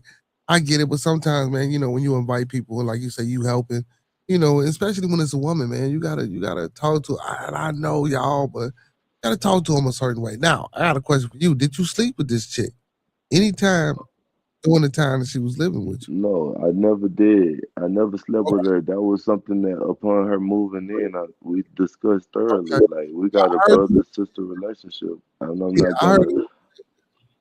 I was just making sure I heard it when you said that. Now, when you grabbed the knife, that was your first mistake. I know. I already know that. That's why I'm content knowing what I got to face. I know that. But my thing is, it's a burden of proof. So when they came and got you and said assault, but now you didn't already stated it and said it on here, you would have like, I didn't grab no knife. She stayed with me. She in my house. Like I'm providing a place for her to live. You know what I'm saying? I mean, I don't think you're gonna go to jail for this. You know what I'm saying? If anything, I don't know your criminal background history, but you know what I'm saying? Now, if you got a background, of course they're gonna try to play off the background, but I mean, if you don't got one, I got a background of a lot of possession of marijuana, bro. And this is the thing, bro. Like I'm not. We here in Texas, we gotta let it all play out how it's gonna play out. But I just want to let's just get one thing. I wanted to run back on one thing you just said. Like the way you talk to people is everything. And trust me, I know that I'm an effective communicator, even though I don't really know most of the words I be trying to say until I say it. And so it's like I definitely, even when it comes to the feces shit, let me run it down to you, bro. I work overnights, so when I walk in the crib, if I say, "Oh, I'm gonna go sleep at this chick house tonight," she won't know. I don't report to her, so she's in the living room just living her life, not doing shit. And I then I came home for 2 nights because I work nights. So I'm gonna go chill at this other chick house because I'm tired of this chick. So boom, I pop up at the crib randomly because that's when I come home in the middle of the day. So boom, I pop up randomly, walk in the crib with my key, and she said, "Oh, damn." She in the bed. Oh, damn, that milk in there is full. Oh, okay. Okay, cool. Go back to the back to my room. Go in the room, put my shit down, go in the bathroom. Boom. It's a shit stain. Large wet shit stain on the toilet seat. So I'm like, okay, if that's not clean, is your ass clean? That's a question in my mind. But I'm the type of nigga that's so mad, but I'm a man. I don't want to argue with a woman. You hear me? That's how I felt about it. As a friend, I'm like, I got hoes. I don't got time to sit here and argue with this bitch. Like, I cleaned it up in the moment, did not say a word about it. I cleaned that shit up, took my shower, and it was a week or two later before the shit even got brought up because it was a steady, a constant pattern. It was like hair in the drain, a lot of hair in the drain one day. And I sent her a text message, hey man, can you please stop doing this? I never directly confronted her about the shit stain, bro. Trust me. But I got the evidence talking to all of my friends about it because the thing about it is that was something that I didn't know how to say to her without disrespecting her as a woman. Because as a woman, why would you want your daughter to even have like? Why would you want to be that type of example for her? But I'm not the type of nigga to even want to go there because that's not my place. I was just trying to be a friend and I didn't want to embarrass her, and I didn't know how to even come to her at all. So when you say it's a way you would talk to her, how about we never talked about it? She just knows. She just know that I know she's nasty as fuck. That's fucked up how you would do your homie. Lock me out my own crib that I paid for a week so you can get your shit and move out. She took some of my shit when she moved out. Like and put a charge on me, bro. And like oh, let's just put that in there that she put her baby daddy on the charge too. Just like she'll do that to tie herself to you. So I'm looking back on it like, oh, I'm the second nigga because I remember back in the day she was telling me like, oh, when she was getting pregnant by this nigga, like, oh, this nigga he be fighting me, blah blah blah, with the woo. And then she got a restraining order, and next thing you know, she pregnant by the nigga. So you got pregnant after you got a restraining order. You got pregnant after the nigga went to jail for whooping your ass. See what I'm saying? I never was fucking on her at this point. So it's like, you know what I mean?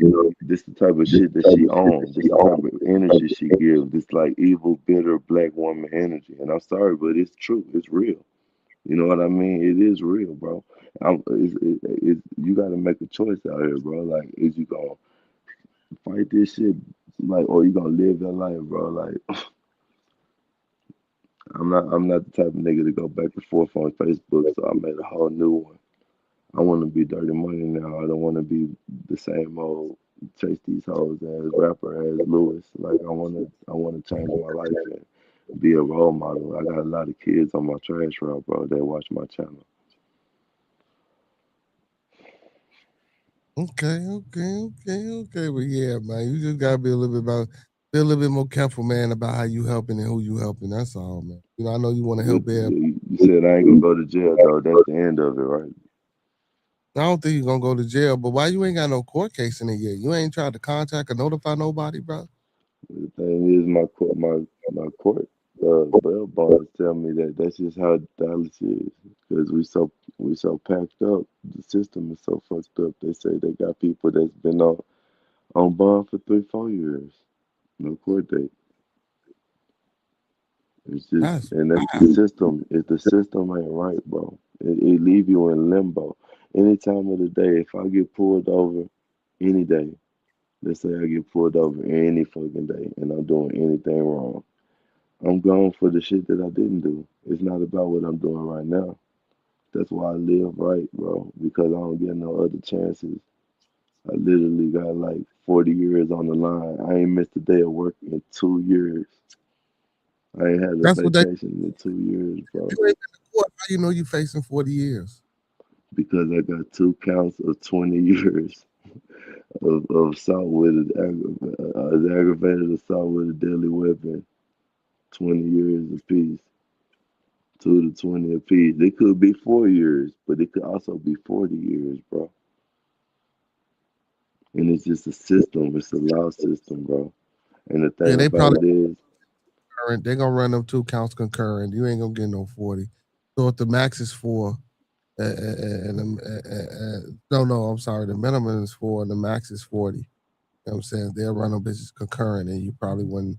Yeah, I don't think you're gonna do no time though, man. And I know, I honestly, me personally, I'm not a lawyer, nothing like that, but I don't know if you got a PD or I don't know if you paying for a professional attorney, which I'm, would encourage you to do, because they can really, explain and give you a little bit more details of what's going on with your case. You know what I I'm saying? appreciate that, bro. I was more of a Yeah, but it's fucked up though. Yeah, it's fucked up. Life be fucked up, man. You help people, man, and you think you're doing good by motherfuckers, man, and they turn and they do this type of shit to you. And we live through that type of shit every day. And that speaks volumes to what you were saying earlier about just, being the one people and just helping and being together.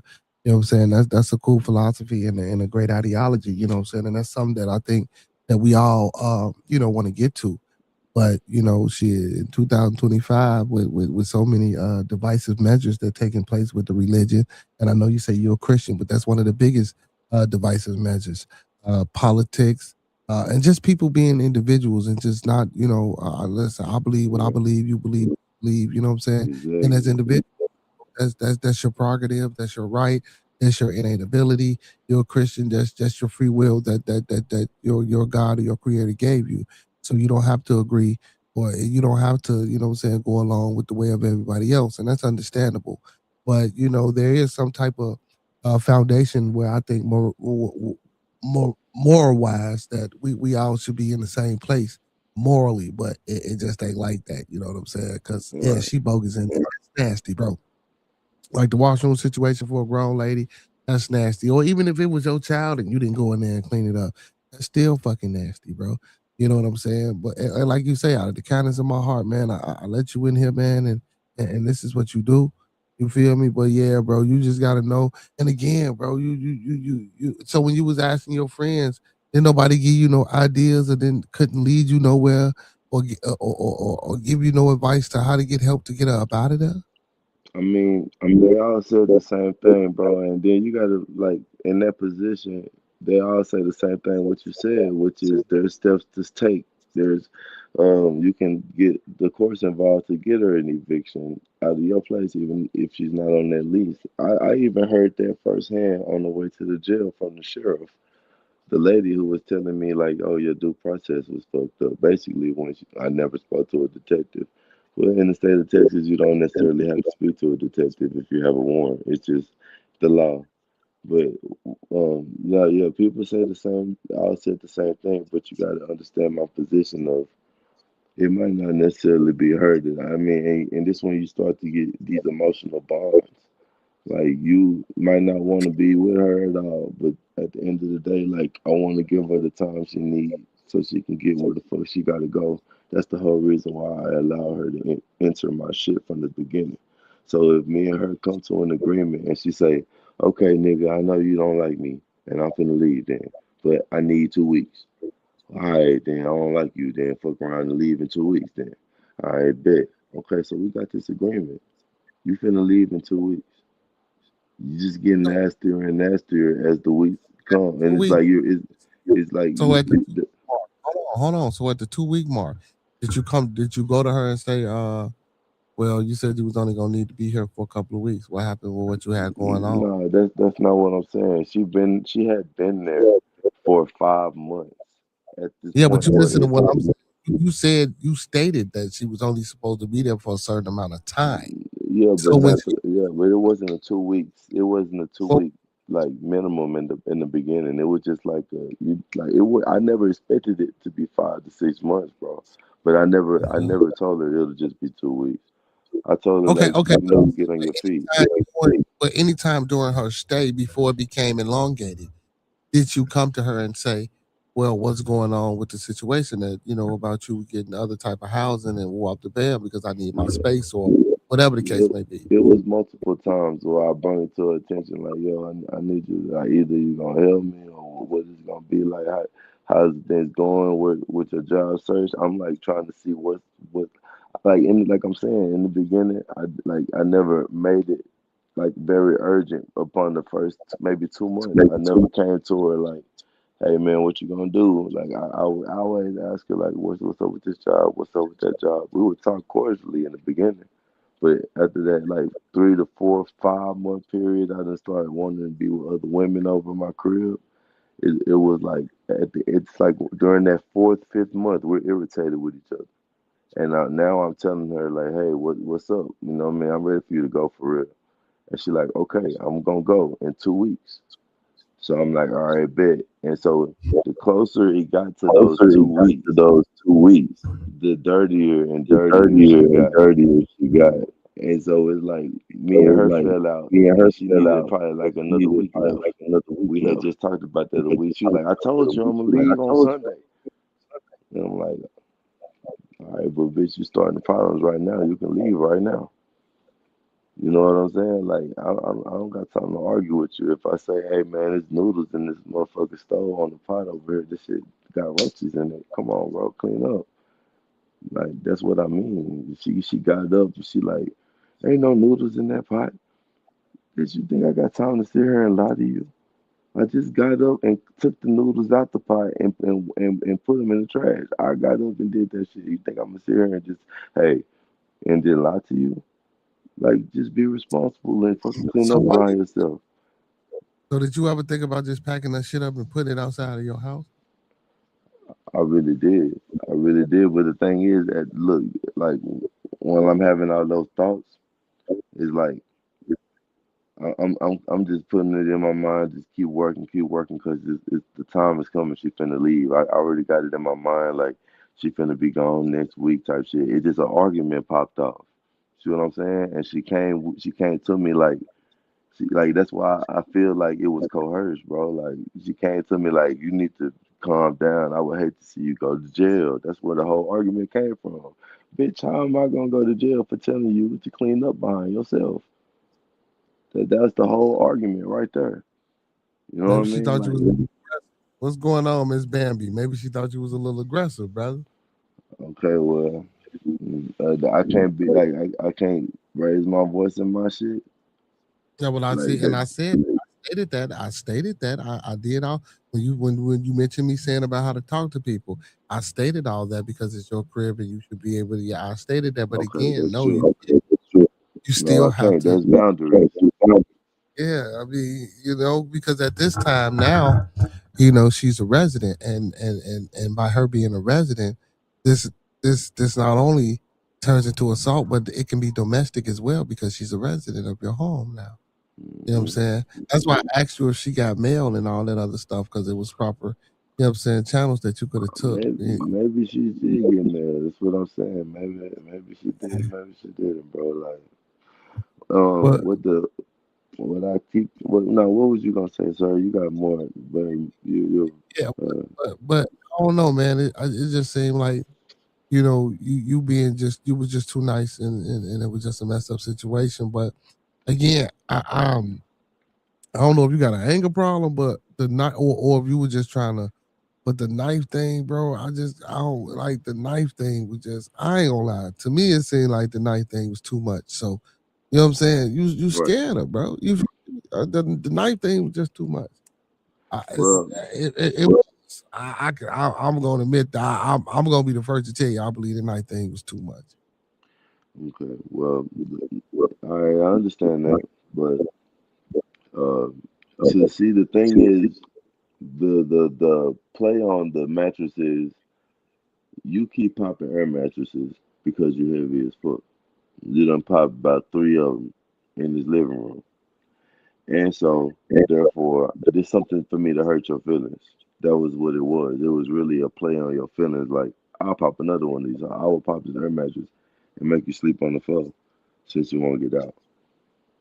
You know what I'm saying? And I expressed this directly to the sheriffs. That's why I don't give a fuck about saying whatever on YouTube. It's not like it's not already on their camera. They got it on they sheriff badge. The officer asked me like, so you're not sugarcoating shit? No, I'm not sugarcoating nothing. So you had the knife. She asked me, so you had the knife in your hand. Yeah, and but you see, but were again, attempting to pop the air mattress in your house, and she was again, with trying that, to impede your path. She came and got in front of you and blocked you. You knew you weren't walking to her or towards her. I was like, yes, ma'am. That's what that was. She was like, still, the fact that you had a weapon is not looking good. You're going to go to jail. You already going to jail, but it's like, the thing about the whole thing is none of this shit is on camera. All we got on camera is what she said and what you said. You know what I'm saying? Like, and the thing about being on bond, that's if you on bond, you got to do what's right, bro. That's going to be evidence in itself. I've been on bond for about a year. Ain't missed nothing. I mean, working every day, paid all them fines. And that's going to look good to the judge in itself. And if I'm honest and forthcoming and I believe in God or whatever, like you said, my creator is or whoever the creator is, if you got goodness in your heart, that'll prevail in the end of the day. And like I said, I know that she know that I wasn't going to harm her or her daughter. She took that as an opportunity to like bogart me so I won't pop her air mattress. The air mattress wasn't near her.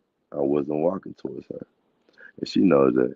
So the thing is, like, if I do time, at the end of the day, I got to live every day right now and truth and really believe what I'm walking. You know what I mean? Like, I believe in God right now while I'm out and say that shit every day right now and make sure that He with me at all times because everything and anything is against me.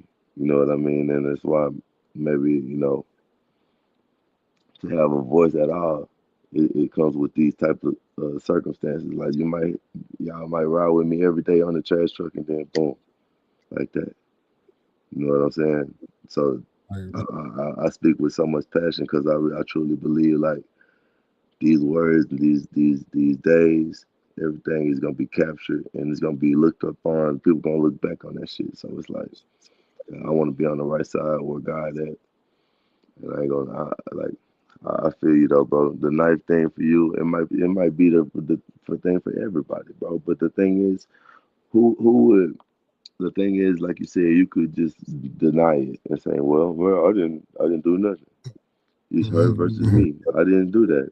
But the thing is, that's dishonest, that's disingenuous, and the thing about it is, they're gonna see through the lie, and you're gonna really do some time. And the thing about it is, you come to them and tell them the truth. And says, hey man, I was never walking towards her, and I wasn't gonna do that at all. And she know that. She wouldn't even been in my crib if I was gonna be harming her or her daughter. Her daughter loved me. That's the thing you said. Why would you just take the proper steps?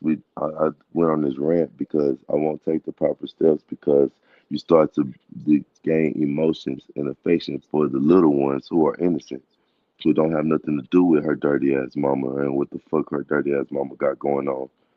I'm trying to make sure that damn, and at a point you feel like, man, I'm not her father. I don't want to be her father. That's the whole thing. I don't want to be her father. But man, I feel bad to evict a girl. I don't want to evict this woman, and she ain't got shit going for herself. That's her fault. I'm putting her and that motherfucking baby out. I'm not finna go through that. I'm not in a situation where I'm risking everything that I got going on for no nothing ass motherfucker to the point where my all my shit stops now because of a lie or because of some shit you just said. And we not even together. This ain't even a situation of us. This is a situation to an individual. See, and that's what I'm saying, bro. Like you should have I don't think you said boundaries. Like the boundary, now sleeping boundaries, yeah, but I don't think you said boundaries as far as the length of time and how this thing was gonna be. And you should have started off with look. Well, you get fools, you get link or whatever, food stamps, EBT. Listen, you can't pay rent right now. I'm gonna need at least $75, you know what I'm saying, from you for the EBT. Like, you know, you didn't set no boundaries. You just let this shit happen and it happened. And that's why I went this way. You know what I'm saying? I'm not saying that. Well, yeah, it is your fault because you didn't set the boundaries. But again, I'm not saying it like that because you know you didn't expect that to happen, bro. You really no. I'm saying because you didn't expect this to happen. You thought you was helping out someone who genuinely helped you out at a time when you needed to be helped. So you said, okay, well, let me return the favor. Plus, she's with child. You know what I'm saying? So of course I commend you and you did a great thing.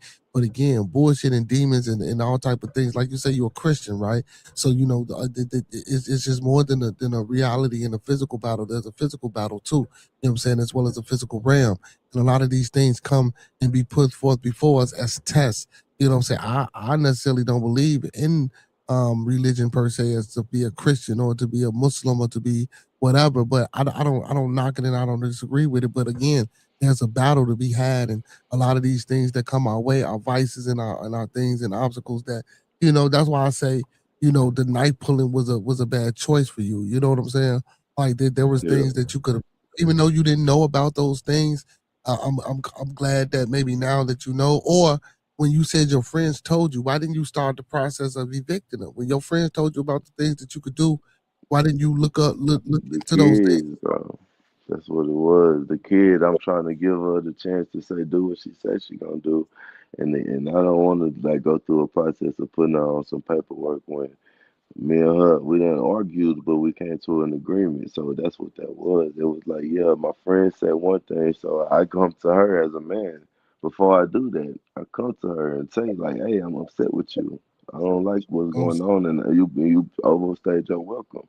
And she told me, like, well, I don't feel comfortable here either. We understand you don't want us here. You don't say nothing to us. I'm like, okay, but the thing is, it's not about you feeling comfortable. It's about me feeling comfortable. Like, He ain't even yeah, the child's father, Miss Bambi. No, he not even the child's father, Miss Bambi. He helping out a friend. a So this friend from story high is school. from high school. This ain't even his child at all. That's why I'm saying, and I'm sorry, y'all can take it how y'all want to take it. Fuck her and that little baby. If I would have put both their ass out. GBA, let me ask you, what would you would have done? Better man than me, you know. He wasn't clapping cheeks, taking care of the kid too. Like, you know. Well, I ain't say, this motherfucker say you like Man, clap. hey, like Yeah. COVID, you know, I had got stuck with a chick sort of like that. Know what I'm saying? She got me kicked out of my own house that I own. Middle of the Damn. I night, feel called the you, man. police, barricaded herself in the room. We started cutting herself up, bust out the window, and got to the police first. What the fuck? Well, I'm good. I Man, don't. well, I would. You shitting me. It I must don't. be rain. It must be raining turtles. I What you don't know say? what the fuck's going on with y'all, man, because I ain't never had that type of thing. What's going on, Miss Bambi? How you feeling, Queen? I mean, Goddess. I'm sorry. I'm trying to I'm refrain from being awake Queen. now. Good morning. I'm sorry. I've been listening, and I don't know you very well, sir. And I admire you for trying to help your friend out, but you got to be realistic, bro. You can't be helping some bitch and putting your neck out when what are you getting out of it? I mean, I get being a nice guy and trying to help, but sometimes you got to cut your losses. You know what I'm saying? You got to cut your losses, bro. I mean, that little girl isn't your problem, and I get you want to help kids. I'm the same way, but you don't need to be doing it at the extent of your own freedom and possibly your own safety. That's true. Miss And I Bambi, not Miss appreciate that. Bambi. I Yo, Miss appreciate Bambi. that. I mean, to be honest, Miss Bambi, it felt like a detour from back when I didn't have nowhere to stay. You know what I'm saying? And so I felt like, that was a friend to me back then. She understood, like, oh, I got a girlfriend that I bump heads with, and I ain't got nowhere to stay. My family left. My mom just passed. So in high school, she had just graduated, mind you. So she's not even my age, but she stayed with her parents. And I'm like, a junior and a senior in high school. So just having somewhere to crash and like jump in her bedroom and be able to sleep on the floor sometimes, that meant a lot to me coming up because I was really homeless.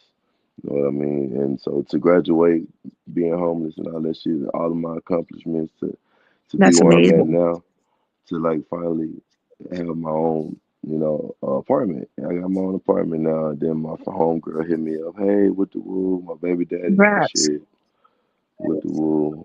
And now I'm in the situation. I never would stick my neck out knowing like, hey, if you help her out, you might fuck around and be in the penitentiary for a long time. I wouldn't have never did Exactly. it. It's not I worth would it. have I mean, never is it did really it. worth it? I mean, they're not getting no ass. It's not like that's your kid. I mean, what do you is it worth risking your own safety and your own sanity over helping somebody out? I mean, is there, because sometimes, I mean, believe me, I get fucked over helping people out all the time, but you got to get to a point where you got to think about yourself.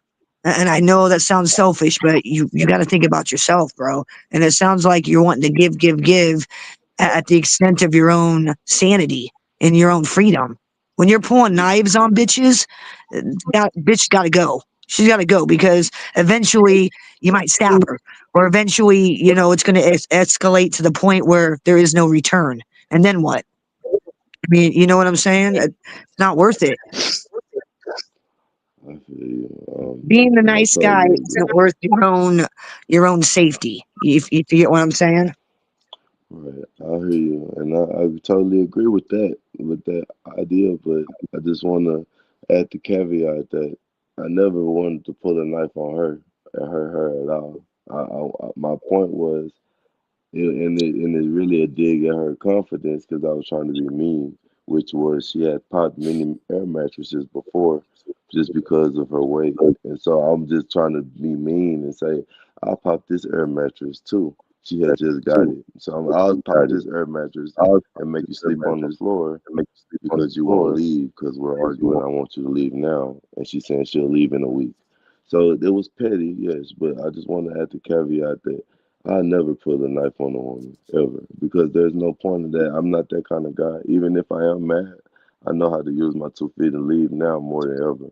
But but then I made a mistake, but it wasn't to like say it might be the same thing. You could say tomato, tomato. Yeah, you pulled a knife out on a bitch, but you didn't pull a knife out towards a bitch. It don't matter. It's the same thing. But like I just want to add the caveat that I never would hurt her, and she knows that.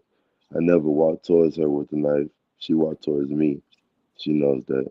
She knew that I was gonna really pop the air mattress, and that's the Did thing. she know Like, that? I mean, did she actually inside her mind know that? Because honestly, I don't care if you're my best friend. I don't care if you're my husband. You pull a knife on me, and I'm gonna crack your fucking head open, and then you're gonna end up in a cage. Is what's gonna happen. You're gonna end up in fucking jail.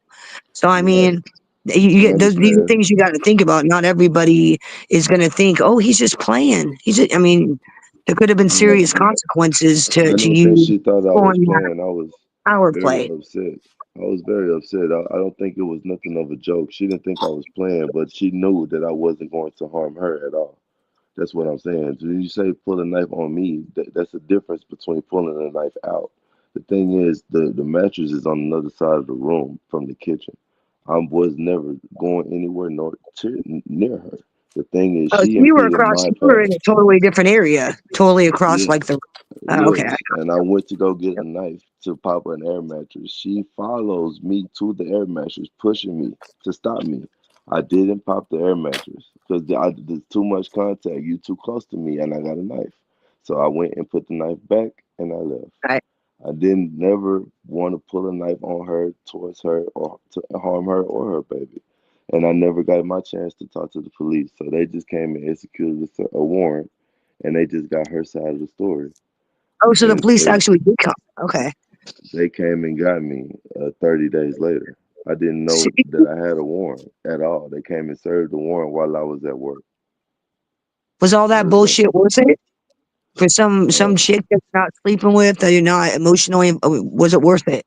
Was that's the that? question. That's the question I'm going to ask myself every day because that you know you have this on your plate. Like that's something I'm gonna have to live with every day. That's why all I can do is walk my walk as like, you can talk the talk all day and say you're an upright right man, but you gotta prove it. You gotta do that shit every day and live life like you ain't no tomorrow. And you don't know if I'm gonna be locked up for 40 years, 4 years, 4 months, Yeah. or 4 days. I don't know, Not but to all I know mention, is it's I on your gotta get record hard. forever.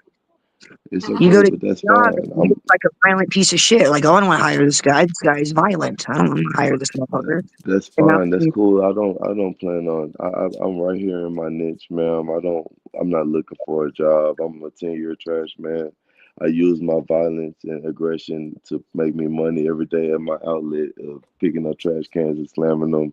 And so I don't have never. I get paid to work out. I don't. I'm a violent I, guy. Yes, but I'm a very righteous guy, and I don't have any malicious energy in my heart. So yeah, I might have something on my record, but there's plenty of people with stuff on their record that have good hearts and good minds. And the thing about it is, I'm just focused on the part about being a good man and being somebody that people can look up to say, hey, I want to work hard and be like him one day. Because there's a lot of little kids that watch my channel. Like I said, I got 125,000 views today.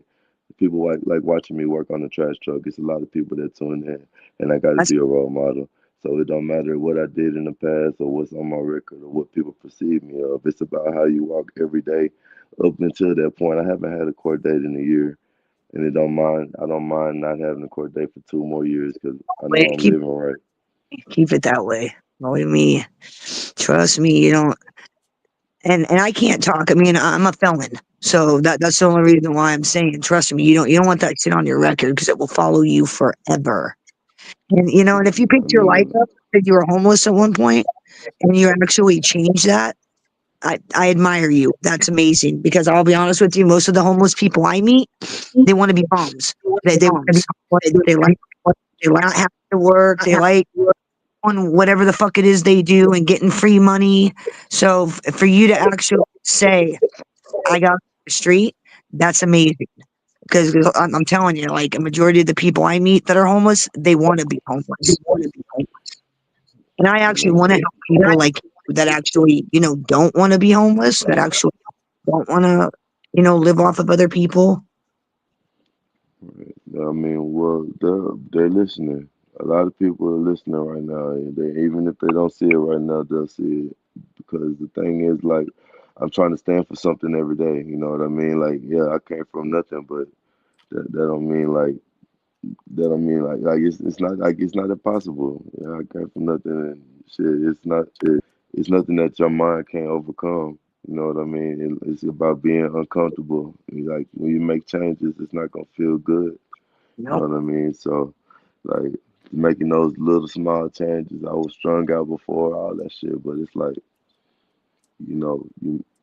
like I got a fire under my ass too. Like I literally can't sit down. I feel like if I miss, you see what I'm facing. Y'all see it any day now. I have a court date or some shit, and I gotta go talk to these people. And you see what I did wrong. I put it all out there because I ain't got nothing to hide. Right or wrong, I'm gonna face it. Like that's what men do. You know what I mean? You go own up. Whatever is the consequence, that's what it is. A lot of people don't do their shit. They want to make excuses. Oh, you did this because of this. Why can't you do this? No, just own it. Own your shit. It's not that hard. It's not hard. You made a mistake. I got mad. I said, bitch, I'll pop this air mattress and make you sleep on the floor. And she was like, no, you're not. I was like, bitch, watch me. I'll pop this air mattress. And then she bumping out on the nigga. And then I'm like, oh, shit, hold on, back up. And then let me go put this back. You big and you too big. I'm finna wrestle with you. It could happen to anybody. It could happen to anyone. You don't never know. She gonna really call the police and then give them an elaborate lady out of what happened. Give them that. I still don't know her side of the story. It could probably be some shit where I'm telling them the blatant truth, and she told them a bold-faced lie, and they just sitting back looking at the evidence. And he was gonna get violent. I'm scared for my life. Yeah.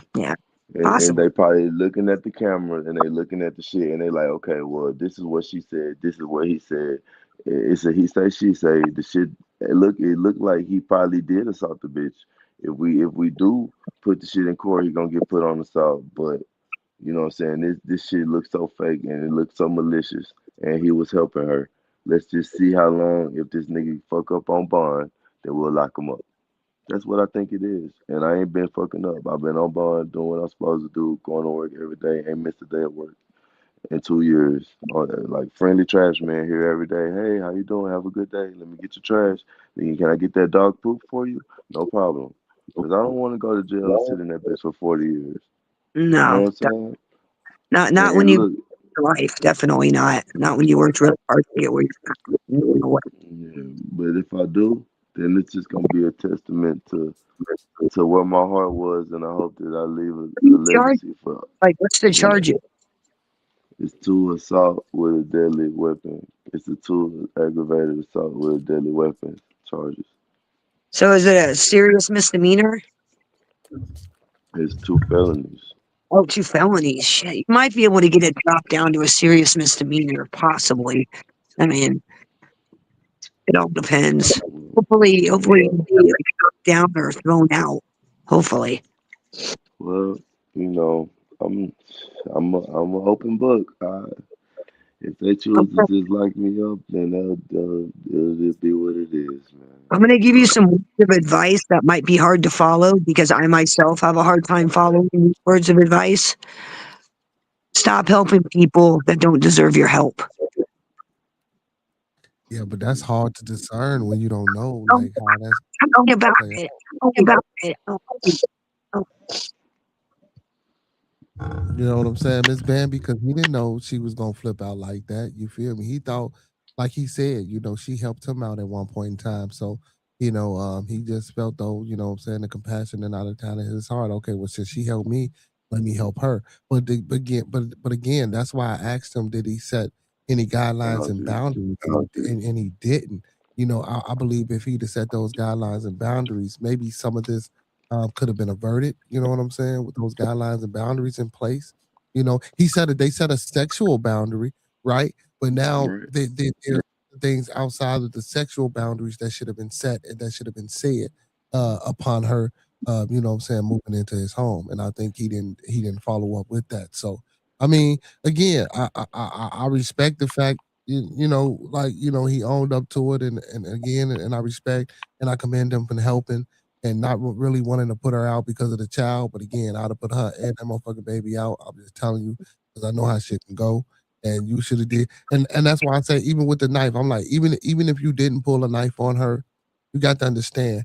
And don't get me wrong, you admitting to what you did and yada yada yada and how it was played out. But to people that ain't there, man, motherfucker can think of all type of any fucking thing and just, you know what I'm saying, Brody?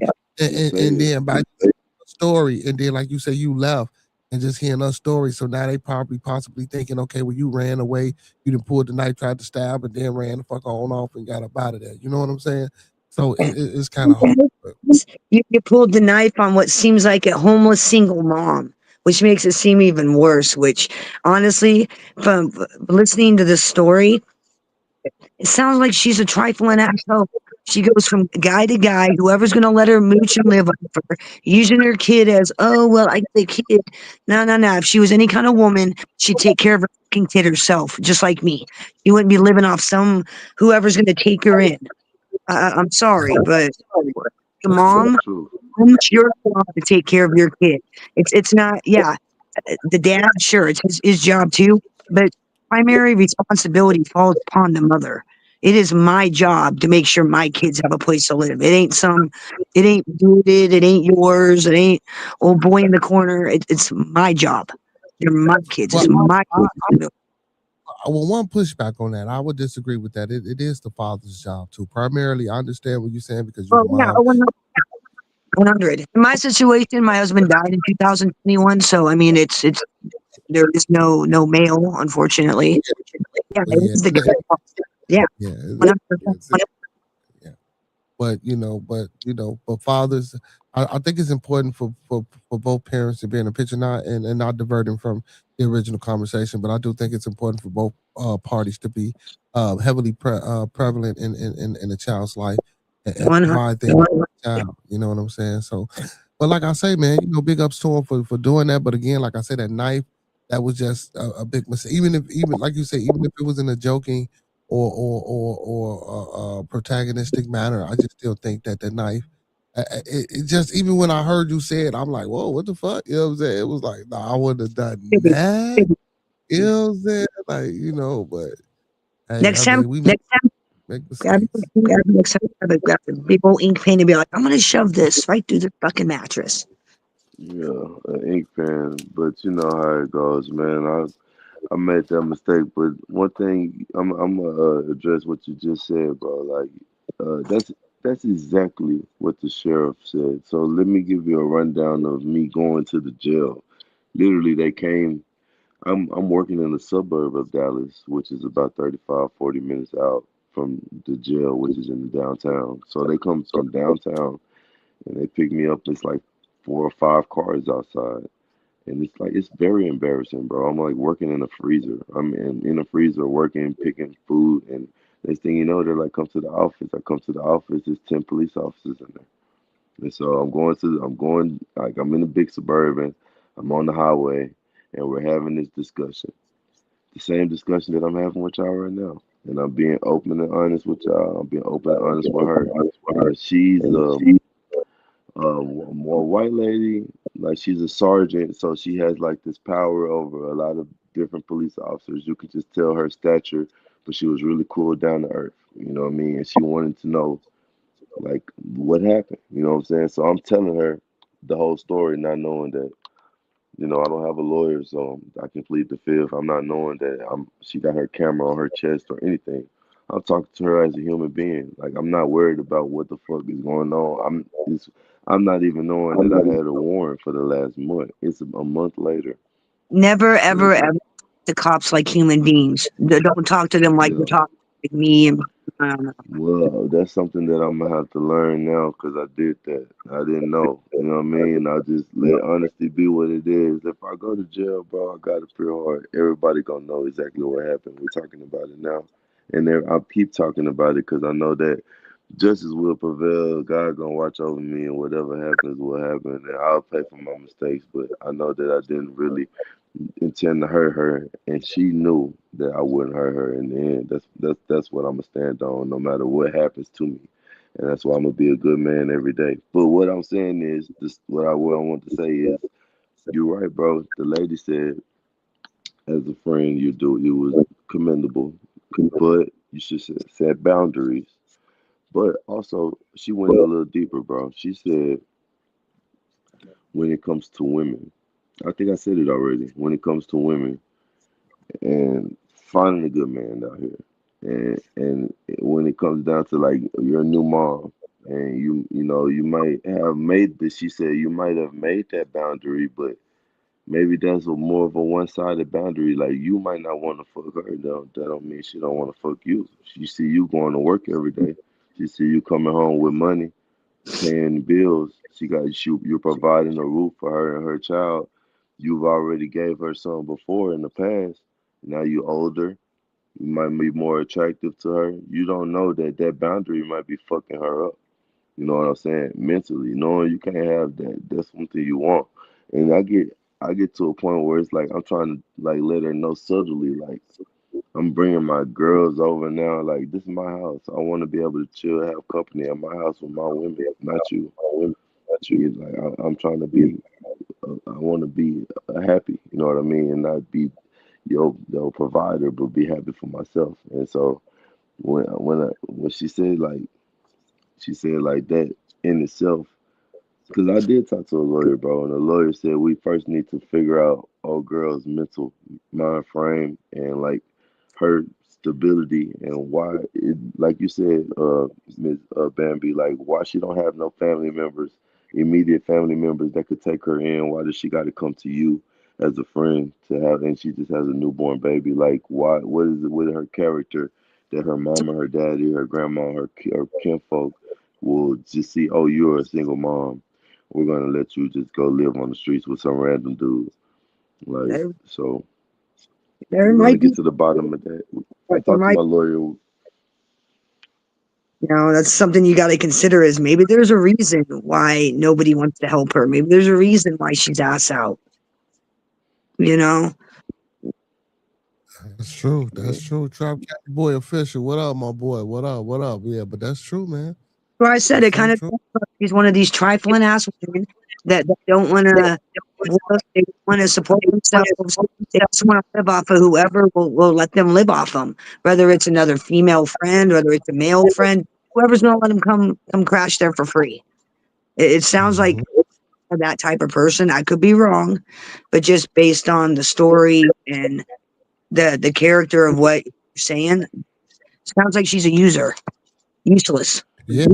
Worth your time. He said she locked out. She locked him out the house for a week and then moved her and moved out the house and took his shit too. Oh, I'm fuck not that. laughing.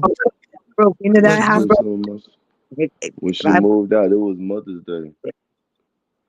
I was sleeping in my car for a week. I was chilling there. I would go to work at nights, get off. I would try to go to a girl house or something. If I could not go to the Planet Fitness, take my showers there, sleep in my car, go to work overnight, and then I'll come to my house and try to check my house. Knock on the door, she had a top lock, and I'll knock on the door like, bro, let me in my crib. This is my shit. Brought my shit in there, and she would just not open the door. It would have broke in. Yeah, but I didn't do it. I feel like that would have been something even worse. I ended up just leaving, and one day I came back. I just wanted to check. It was Mother's Day. I just wanted to come You can check. break in your own house, though. It's your crib, your name on the lease. So it wouldn't have been nothing. Your name on the lease. I didn't know, bro. I didn't know what the fuck. And look, if I had a case, no, I can't, bro. Look, think about it like this. If I knew that I had a warrant, Your I house, wouldn't but have never it's went your, over there.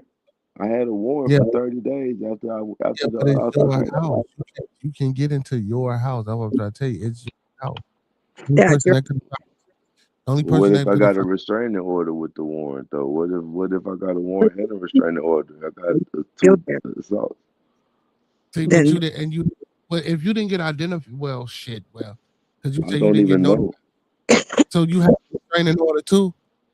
No, I don't have a restraint. I don't know if I like. You know what I'm saying? What if though? Like, you know what I mean? That's what I'm thinking. We're not dealing with what else. We're not dealing with what else. We're dealing with the facts. We're not dealing with what else. Kicking in my door. I was thinking all the what ifs before kicking in my door. That's why I did it. Yeah, but And what I'm if glad I is did your it. door? You pay the lease there. You pay the rent there. She's not. But she can't call the police on you for you kicking your door in. You feel me? You kick your shit in. You let the landlord know that you had to kick your door in because you got a resident in your crib that you're trying to get rid of. That's why I say you should have started that process. That's why I say, Brody, you know what I'm saying. But again, you say you didn't know a lot of these things, and you know now. So hopefully, you know what I'm saying. Once we get past the legality part of it, you know what I'm saying, you won't make these mistakes no more. Trap Country Boy, man. I just gave you a wrench, bro. If you got a link, drop the link to your music in there, bro. You know what I'm saying? And then when you get a restraining order, believe me, they let you know where you can go, when you can't talk to the public or who you can't talk to. They make it quite clear you have to stay away. When I there's didn't get nothing. I didn't even get a warning that I had a warrant. They didn't let me know nothing. They just can't got me from my job like nothing. goddamn, what state do you live in? I stay in Texas. I'm sorry? Oh, Texas. They didn't even serve you court papers and let you know that you were under arrest, that you'd been charged with a crime. Yeah, no, not at all. That's what, and so the sheriff, she asked me multiple times that question. She asked me like two different. She stopped. She was like, "Wait, so you haven't talked to a detective? You didn't know you had a warrant?" No, ma'am, I didn't. Like, well, you didn't talk to a detective at all. Nobody contacted you. No, ma'am, I didn't. This is the first time I even knew I was in trouble right now, or I'm going to jail. And she was like, "Okay, well, we're gonna make sure you talk to somebody. That shouldn't have happened that way." No. So boom. That's what she told me that out of her mouth. So that's on the camera too. But I'm saying I know that in the way she's telling me, oh, your due process was fucked up.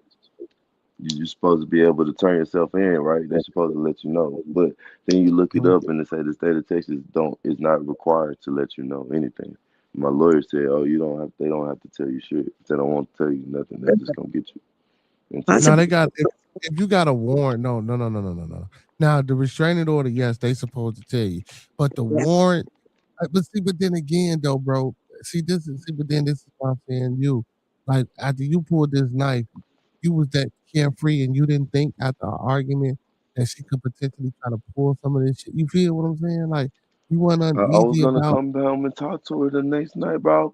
I was coming home to talk to her as a man the next day. Well, what I'm gonna do? I live with her. I'm thinking we better than that. We're friends. We just argued. I didn't pop the air mattress. Okay, look, we argued. Look, we got into it. But guess what? I ain't gonna pop the air mattress and make you sleep on it. In my mind, I'm thinking, man, me and her arguing, man. I done got into it, yelled at her. I'm at work thinking about it, but I'm not thinking nothing like, oh man, she called the police and she gonna, you know what I'm saying? She gonna make my life a living hell. I'm not. That's what I'm saying. I'm not even knowing that. That's what surprises me is that you're going through all this bullshit over a bitch who's not even your girlfriend, who you're not even involved with like that. It blows. Like if I didn't know any better, it sounds like you guys are boyfriend and girlfriend having a fight, but you guys are just friends, which makes it even more crazier. That you're going through all this bullshit over a woman you're not even getting no ass. I don't even want no ass from. Good morning, Grand Rising, God. Grand Rising, Miss Kamara Barbosa. Oh, what's up, Kamara? I didn't see you in there, Kamari. Going through all this bullshit over a bitch he's not even involved with. Yeah, that's facts. That's facts. Crazy. They said But you know, the lessons are your blessings, Miss Bambi. I don't want to cut you off, bro. Your lessons are your blessings, and so whatever I go through, let it be a testimony that naivety can get you in situations that you can't get out of. But if you got a good heart, then everybody will know your circumstance, and even if you got to go through your punishments or whatever you go through in life, you know what I mean. You make the best of each day. You turn lemons into lemonade. You don't never sit back and say, "Woe is me," and and then why me, God? Because that's God. This is God's fight for me. I made the choice to make that decision, and I made them mistakes. And now God watching everything I do. God can watch me crash out right now, be a YN, go to the streets and say, "Fuck it, it's over with anyway. I'm on bond. I'm gonna be on the run." Or God can watch me say, "Man, I'm gonna go get on this trash truck. I'm gonna pick up every fucking bag I see. I'm gonna clean up these streets. I'm gonna wave to every kid. I'm gonna say, hey, what's up, y'all? Y'all have a good day at school." When they get out the school bus, I'm gonna say, hey, y'all have a good day up there with y'all. Y'all have a good day at school. Like I wanna live every day like you could. Every day could be a last day. That's the caveat of it. But I got a fire lit under my ass that only God could light. And that's why I'm so happy to be in my situation. Like I'm blessed for this lesson. Even though I gotta go face the judge one day, I know he gonna be able to look in my eyes. He gonna be like, "Son, so you've been working, yeah, how long you been working on the trash truck?" I'm gonna say, "Well, sir, I haven't missed a day since I got out bond. When y'all let me out of jail, I went back to the trash truck, sir, and I never missed a day since then. So you've been at work every day." "Yes, sir. And I paid all my bills and I got out probation, all that, and I ain't got in no more trouble. I ain't mess with no more girls." And then what it be? What it be? If he racist and he say, "Well, I'm gonna take this opportunity, 40 years." I'm gonna say, "Well, thank you, sir. I'm gonna take my punishment because I shouldn't have never picked that knife up, and I understand, and I'll go do my time because I lived every day like God wanted me to, and I know that everybody was watching and said, man, he got a good heart and he don't deserve them 40 years, and something good gonna come out of it. One of these songs gonna make my mama rich. Somebody gonna. I'm gonna speak it into existence. I don't even care about the consequence. It's the lesson that's the blessing. So if I go to the judge and I give him that same story, he say, "Man, say, son, you need to stop messing with these girls that don't." Well, they gonna say the same thing you said, Miss Bambi. He gonna say, "Son, stop messing with these women who don't deserve you, don't deserve your help. Don't do it no more. Get your ass out of my courtroom. Don't you ever let me see you in this courtroom again." I'm gonna say, "Yes, sir. Thank you so much, sir, for giving me my freedom, and I promise you, I'm gonna show you that I'll never do it again. Either way it go, I'm gonna have to own it." For all that, but I don't know Hey, if I Joy. said, What's yeah. up, Joy? Hold on, y'all. I'm so sorry. What's up, Joy? I didn't want to cut nobody out, but this like my number one, day one You fan for ain't paying years, bro. Shout out to you, I'm paying Joy. attention to the chat. That's why I'm putting up there. You talk, I got this. You know what I'm saying? You go ahead. That's my friend, man. Her husband is fighting the blood cancer, and she's been with me since day one. She ride on the truck with me all the time, Big and up to Miss Joy, man. And her husband, you know what I'm saying? she's like one of the pillars of my channel. So I don't get to see her that much. Haven't seen her in a few weeks, but I'm glad you're here this morning, Joy, because I'm over here venting, talking about my feelings. Got tears all in my eyes and shit. But I hope y'all having a good morning. I ain't gonna be on the truck this morning. I'm debating. They want me to come in and throw some leaves. Joy, you want me to go throw some leaves? They said come throw some leaves this morning. I'm thinking about it. 5:30, I might go up there and throw some leaves if you can watch, Joy. But yeah, we over here talking about my legal troubles and shit. It got me all emotional. Oh yeah, most definitely, Miss Bambi, man. It's just, I had to jump down. Appreciate you. Hey man, let's get into this. Let's pause for a little station identification, man, and get into this Trap Boy. He sent this up, man. Let's check Trap Boy out real quick, y'all. Let's check boy. Let's check out Trap Boy.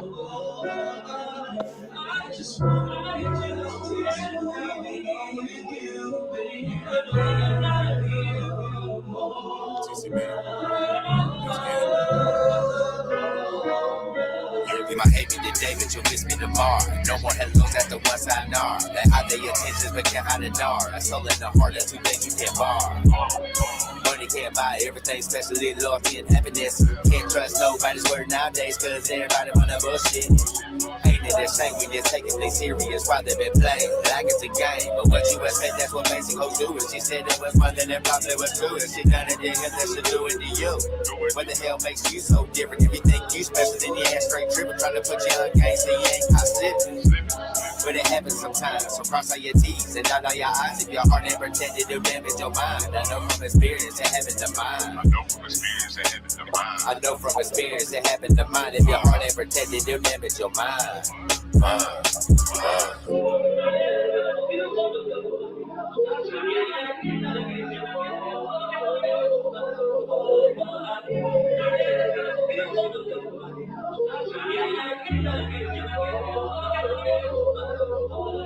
It's always the hardest to walk away. Pretend all your feelings are locked away. Act like it's all good. No, not today. No, not today. No, not today. Emotions imbalanced. The love wasn't valid. Couldn't take it all back. Acting like a savage. Stayed on the trip. I was carrying baggage. Prayed for a pass through your heart's reaction. Bullet to the heart. Yeah, load them up. Heart wasn't big enough for the both of us. But I poured enough love for a double cup. Now I'm double cupping for the ride. Better buckle love. Was not too much to ask. Wasn't too much to grasp. Did you suck in the past? See my love in the flash. Am I your regret? Did we move too fast? So many questions while you staying silent. But silence is a response. I cannot fathom where we fell off. Or how fast that you're moving on. But you're moving on. This what it had to be. It's so sad to see. But never be sad for me. And yeah, it's killing me. Somehow I know you'll end up missing me.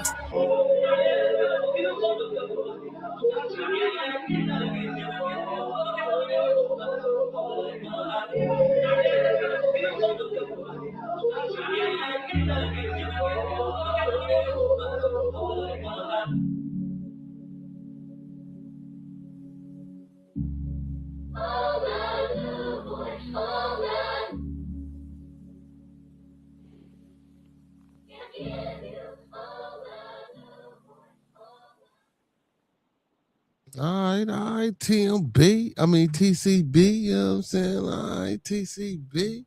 I'm rocking with it. I'm fucking with it. You know what I'm saying? A little flavor. Joy says, I'm sorry that I haven't been able to ride with you. And we are still doing chemo, but hopefully we're closer to being done this one. Hey, man, listen, man, y'all know how I like to, how I start off every show, man. I like to say, man, let's keep everybody in our thoughts, our prayers, our views, and meditations. So we're going to send that out to Joy and Cyrus as well, man. You know what I'm saying? Let's keep them in our thoughts, our prayers, our views, and meditations. Let's resonate some good energy over there, man. And you know what I'm saying? I know how that cancer fight could be. You know what I'm saying? I had a father, you know what I'm saying, that died for cancer, and an uncle that died from cancer. And one of my moderators, big shout out to Shani Accord Lord, out there in Washington State. You know what I'm saying? He's going through a battle with cancer as well. So, you know what I'm saying? I know how that can be. You feel me? You know what I'm saying? I don't know if you got a support system or whatever the case may be, but I ain't trying to steal his people with nothing like that. But you know what I'm saying? You good. Ain't no stealing, man. We all. No, I ain't saying that. I'm just saying, man, I just know how that be. You know what I'm saying? Like, man, dealing with shit like that. My daddy was in the crib, you know what I'm saying, died in the house. We had the machines that was taking care of him. You know what I'm saying? When he died in the crib. And just, man, it just be hard, bro. You know what I'm saying? It just be hard, man. It be hard. It be hard like a motherfucker, you know what I'm saying? Okay, we got a dingbat in the chat. Let me get rid of you. Man, any one of my moderators in the chat, man, please delete this fool. Because it said this comment on the guest. Oh, this is on your destination, Mike. Have one of your moderators get rid of my boy, I man. already did that, bro. Yeah, this motherfucker, Mike, tripping, Mike. What's wrong with people, Mike? Oh, man, come on, man. Well, the thing, I get it all the time now, bro. Like, it's like, it's weird, bro. It's really weird. Like, I'm gonna tell you what it is, too, bro.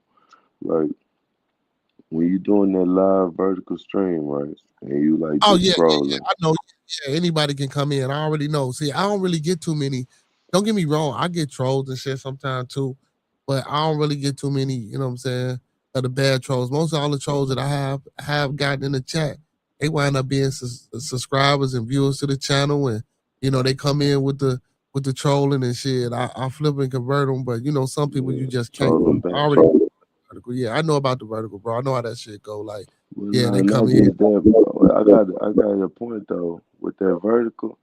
It's like it's gonna like put shit in the algorithm that's like high action, high impact. So I'm kind of cheating the system when I say I got a podcast because most of the time I can't even really talk to everybody and I can't read the chat. It's just the chat talk to itself and it's building a community by itself. With podcast, you got to talk to your chat though. Because a lot of podcasts don't talk to the chat. A lot of people don't really. A true podcast is not for you to interact with your chat. You know what I'm saying? It's for you to interact with other people and then involve the chat, right? No, you don't have to know. No, a podcast, you don't have to involve with chat at all. A podcast is you and your whatever topic you now. If you want to maybe read a super chat or something like that, yeah, but you don't really have to get involved with your chat. I like to get involved with my chat, you know, doing what I do because it's you know, again, grand conversation. So I like to conversate. So, you know, I build off of my chat, but you don't necessarily. So what is it? Okay, so is it still considered a podcast if I never have a guest on and I'm just like constantly interacting with the chat all day? That's all I'm doing is talking to the chat. You could do that. I mean, most definitely. If that's but in that realm, I mean, you can call it that, but you'll be more sort of a content creator. It's like more like a show, right? It's not really a podcast. Until you start making it a podcast, bro, and you start trying to insert that whatever opinion of the day it may be, whatever is divisive, let's talk about it. The Cowboys or politics or whatever make people start talking. Like, I'm a trash man. You tell people styrofoam not recyclable. Then next thing you know, here the internet comes because they got to tell you, no, styrofoam is recyclable. It's something to argue about. Yeah, and well, that format is the 16.9 version, I believe, and that's more of a traditional film set version. Like even when you get your TV, you know how you get your TV and you want to change it from wide to 16.9. So that's like a traditional film version that a lot of people still do. So if you notice, that's why TikTok is set like that. That's why Instagram is set like that. The only thing that's really not set like so actually YouTube is set like that unless you stream through a third party. Because or actual live off YouTube, it automatically sends you into a vertical. You know what I'm saying? So exactly. So you know everything is streamed like that because it's more and also it's more subconscious because people scroll. You know what I'm saying? People. But a lot of people, some people, like when I started doing a vertical, people was like, well, I really don't like the vertical. I like the, you know what I'm saying, the way you got it when you do the wide version because I can see the chat and I can keep up with it versus, you know, the comments rolling. So it's all about a balance. You know, and I was gonna say balance. I was just gonna say, you know, it's all about a particular case. You know, it's about what you want to do. You know what I'm saying? So yeah. Okay, yeah, like being it's like you pioneering, so everybody not gonna do it the same. I was wondering how you. Well, I mean, I kind of got an idea of what you're saying. It's kind of more like a content creation type of atmosphere. But what I'm saying is, when it comes to the, like you said, it's for me though, the third party streaming, and when it comes down to the algorithm, right? And like the scrolling feature where we were talking about, what I'm doing is cheating the system because it's action. It's like action. If you actually see some of the shit I'm doing on my live stream, it's like boom, boom, picking up cans, slamming shit. Oh, it's some weird shit in the trash. Oh, there's a bundle of roses. Oh, there's You know what I'm saying? It's this, it's that in the trash, and it's exciting. You know what I mean? So it's like you can't necessarily tell it's a podcast unless you actually watch it long enough to see the trash man actually interact with the chat. And I do it more, like every now and then, not all the time, but it's like a 5 hour process. So it's like my chat is going by itself all day. And like these moments right now where I'm sitting down talking to you, that's so special to my chat because they get another version of me. Like they get to actually sit down and see how I express myself when I'm not running and jumping and exercising. You know what I mean? But like when it comes down to the third party shit, the specific thing about third party shit is that I don't like it because me personally, I feel like I never knew about a third party system until a streaming app until after I had already started my YouTube journey using the app, going within the app, and I feel like the algorithm boosts the app if you actually use the app. You know what I'm saying? So let's say you're using the app and you're not using the third party system. I feel like it'll promote your shit more into the algorithm. Is what I'm trying to say. Because if like I'm on that bitch every day in the same demo from 7 to 1 every day, and I've been there for like months and months and months.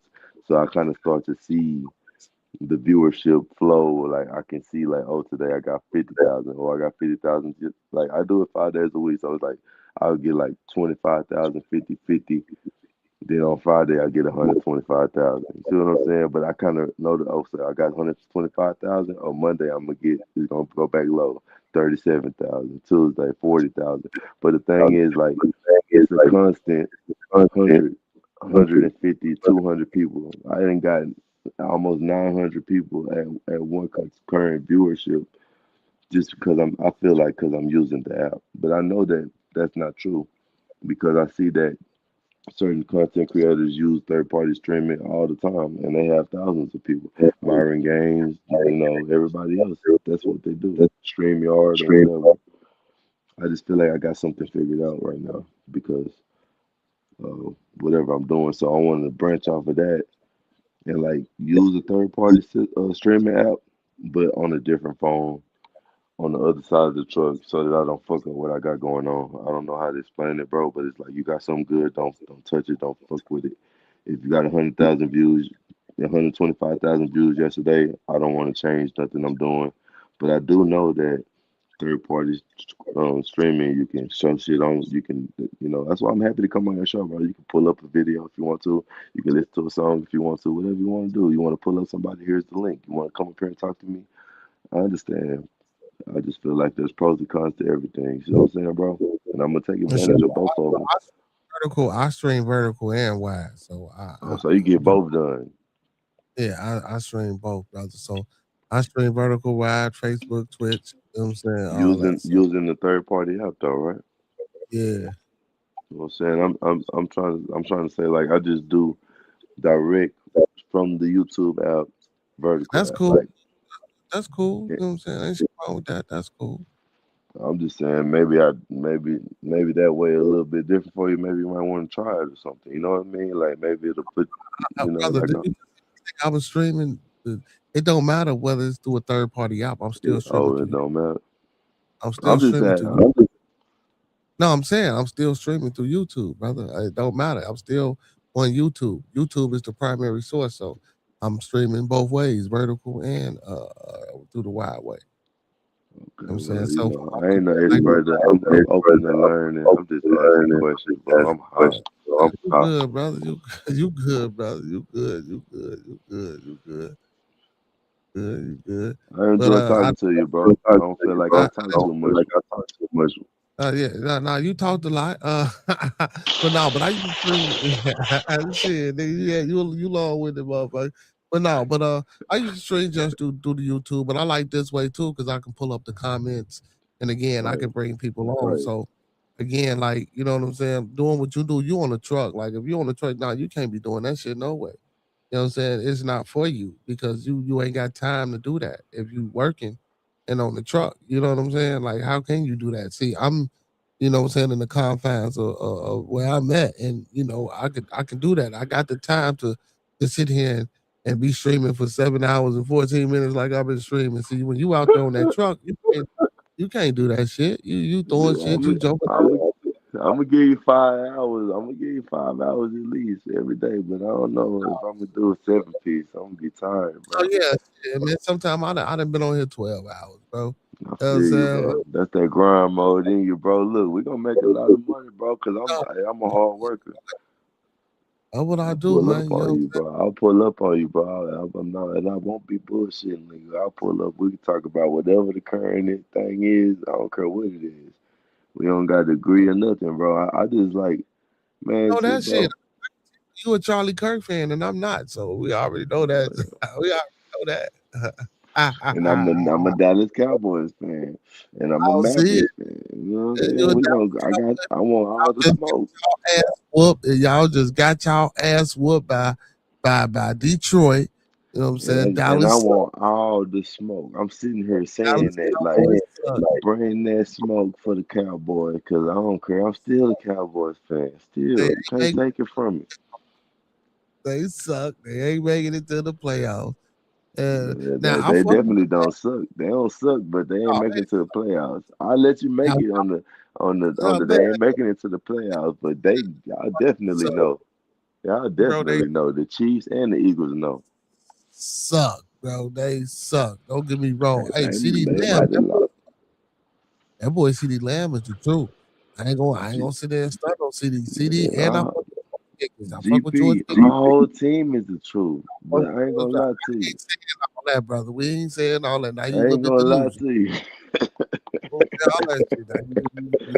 I ain't gonna lie to you. We kind of lit over here, but I ain't gonna say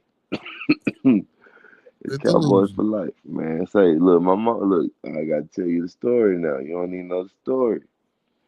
So look, my mom and my daddy met at a Cowboys Super Bowl party. Let me tell you how. Look, my pops, he had the McDonald's. My mom, she drive through. She got the 88 Camaro. She sitting at the light. Pops get the food. He like, oh hell no. He got the 88 Camaro too. He like, oh no, I gotta see who this bad chick is.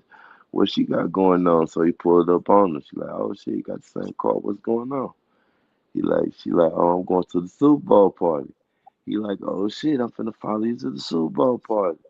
Next thing you know, bro, you talking to dirty money, dog. If it wasn't no Dallas Cowboys Super Bowl party, bro, you wouldn't even know me, bro. I wouldn't even made it here. You know what I'm saying? That's why you fuck with Dallas weak ass. It's okay. You know what I'm saying? We all make mistakes. What's up with it? A&J Smooth, shout out to you. Thank you for the super chat, Brody. Man, I don't even know what facts I'm talking about. The Cowboy? What I'm talking about? What facts was I talking about? Because I was speaking a lot of facts. He probably was talking about me. You're a little bit long with it. He probably was talking about me, man. You know what I'm saying? I don't know. He was talking about you. He probably was talking about me, man. Yeah, but Dallas suck, man. Y'all need to revamp that whole shit over there. You feel me? Man. The Mavs ain't going no motherfucking well. You feel me? Anthony Davis. We got cool, man. We ain't worried about Anthony Davis tired ass, bro. Look, he can hoop if he want to hoop. He can hoop. If he don't want to hoop, fuck it. He gonna retire. We got Cooper Flag, bro. We ain't worried about it. And what the fuck? Cooper ain't doing shit for y'all right now. Man, Cooper just dropped 36 the other night, bro. You gotta check your stats, bro. I fuck with Cooper though. Stats, bro. He just dropped 36. You can't not fuck with him. He 19, dropping 30. He ain't even 19. He's still 18, dropping 36. 7 foot tall. Come on, man.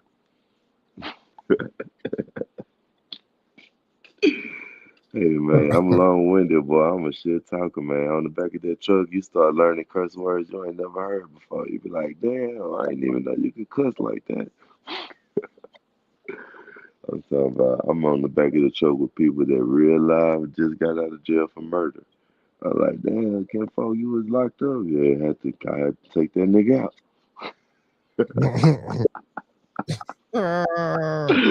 I was like, God damn. Let me just get the trash on, get on this nigga bad side for him. He be on the back of the truck with some real life murderers, bro. Yeah. He says some real live murderers. I don't want to be on no truck with no murderers, man. Man, it's a trash truck, man. They out trying to turn their life around, bro. They're the best people to be with, bro. They know all about the streets and they ain't going back. Trust me. You get real wise around that trash truck, man. You get wise, bro. It's like I was 19. The Mavs just got their ass whooped by the Thunder tonight. We got our ass whooped too. I mean, it's the Thunder though, man. Ain't that the best team in the NBA? Yeah, fuck the Thunder. Fuck That's the Thunder. That's the reigning champions. Put some respect on OKC. If Luka was here, yeah, you know, the OKC know what's up about Luka. See, man, say, bro, we put them boys out when he was playing for us. You know what I mean? Los Angeles Takers, they be taking people superstars. I'm talking about some Los Angeles Takers. Oh yeah, Netflix is really they really bad. They really taking motherfucking Warner Brothers around this bitch, ain't they? Hell yeah. I've been watching shit. It said nothing has changed today. Both streaming services will continue to operate separately. We have more steps to complete before the deal is closed, including regulatory and shareholder approvals. You'll hear from us when we have more to share. In the meantime, we hope you'll continue to enjoy watching as much as you want, whenever you want, all in your current. Okay. All right, Netflix, go ahead with your badass, man. I need to rob Netflix. Yeah. Oh, shit. Let me yeah, I need to tap in with Netflix. Netflix, goddamn it, got all the motherfucking money. Hey man, check this project out. I want to know, would you be willing to help your boy out, man? You a DJ, bro. You can get on, you can make a clip for me, bro. I ain't the DJ. The DJ gone. That's GBA. I don't do no DJ music. But I'll put you in tune with him though. He always, you know what I'm saying? That's my boy. Would you be on the radio, right? Radio, right? No. My I ain't no. You talking about my boy? He ain't here no more. He gone. He said he the DJ. Okay, shit. What you need him to do for you? All right, well, what I got planned, bro, for my fans that's watching too. I got a new what I want to do. I want to make a home movie. And I want to make it like a 2025 version of the movie Fences. And since I got footage already, I got probably 100, 200 hours of Trash Man footage. And like, I just want to put the choreography together and like make a plot. I know AI can do all this shit for me, but I want to like incorporate people that really, because I got trash men all around the world that's linked into my channel with me, that come and watch all the time, and I wanna make something that they can relate to, because the Denzel movie Fences was like based in the Jim Crow era, and like he couldn't really read.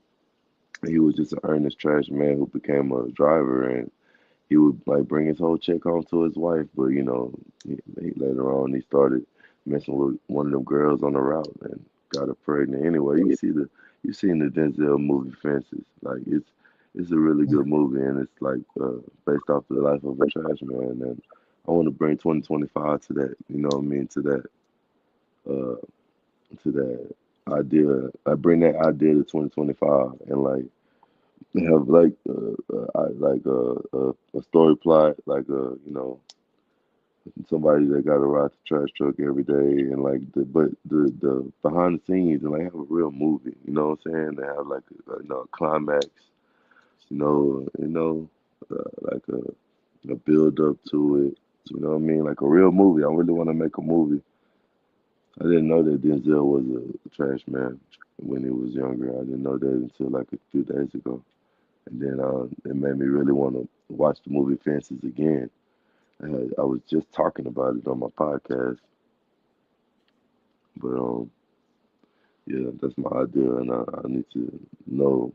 Well, I guess I can add AI, but like I said, you gotta write it for real. Like AI, like you just want some AI shit. shit. Like, what you trying to do? Like I what want you real mean? You got shit, like what bro. you just got footage of you being on the back of the truck? Like, yeah, Yeah, that's I what I'm got saying. You that, trying to but I make a want movie, you more gonna than need more that. than that. Like, it's gonna have to be. That's what I'm saying. It's gonna have to be scenes. It can't just be you on the truck. That's what I'm saying. Yeah, you got to You know what I'm saying? It's gonna storyboard have to be that you bitch, though, right? interacting with characters. Yeah, you got to sit down and start writing a script for it, my boy. On You some got to sit Tyler down Perry shit. and go to work. Yeah, shit. On some dirty money shit. No, real shit. Real shit, bro. I appreciate that, Fuck bro. I Tyler mean, we Perry got to do with nah, it's Tyler just Perry ain't got shit. I the reference, but yeah, no. You know what I'm saying? This about you, shit. Tyler Perry ain't got shit to do with this.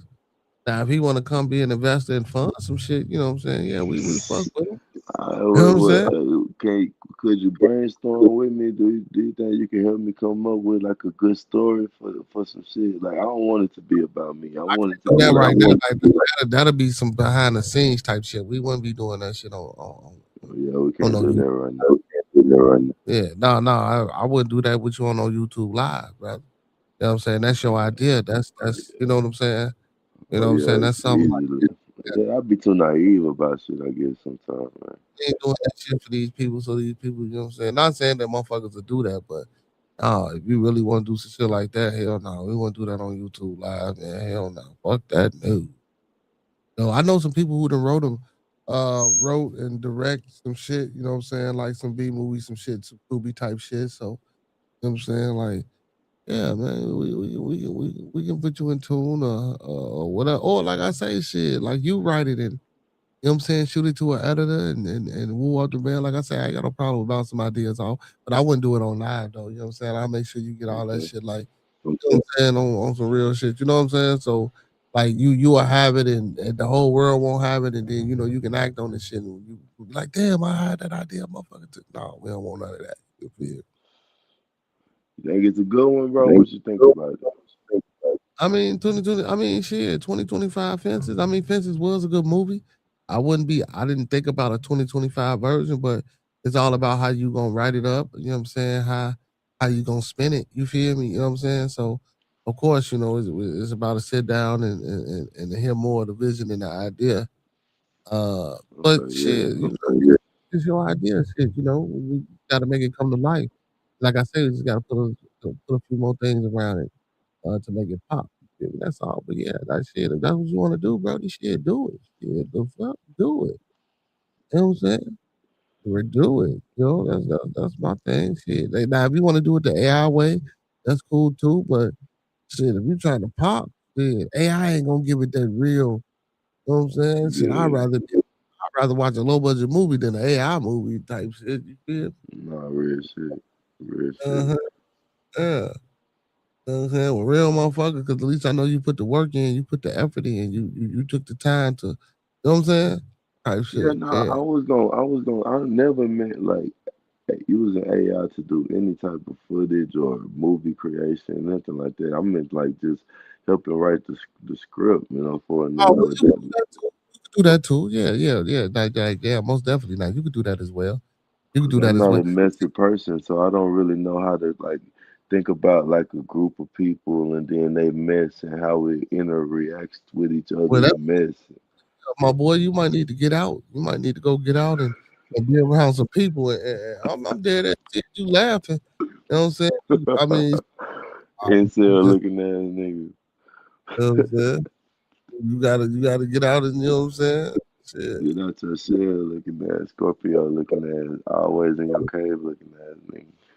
I mean, don't get me wrong, I am too, but I'm a little bit more worldly than you. You feel? You know what I'm saying? Ain't nothing wrong with being. It's all work, no play over here. I ain't been out. I told you I ain't been out since before I've been to jail. I've been at work every day. I ain't been out to no bar. No, I'm talking about going out for research purposes, man, for your movie and shit like that. I ain't talking about going out to party and kicking and no shit like that. Okay, what you mean, like research the movie scene, like yeah, nigga, like places get out. you want to go. Yeah, and go see people and meet people and look at people and observe people, bro. You can't do that shit in the crib and off no garbage truck. Bro, that's real world. That's real world advice, bro. Thank you, bro. Yeah. I mean, I get it. That's your world, but shit, if you trying to do other things, shit, you got to come up off that motherfucker sometime. You know what I'm saying? You know, you got to, you know, when you come up out that house, it's got to be more than just going to that motherfucking garbage truck and back home. You feel me? I understand it might be the safest thing to be doing, but shit, if you talking about writing movies and doing shit like that and having experiences, man, you know, you want to be out here. And just because you in the world don't mean you got to be of the world. You say you're a Christian, you should know the scripture. Yeah, that's word. That's 100. You know what I'm saying? Real shit, like for real though.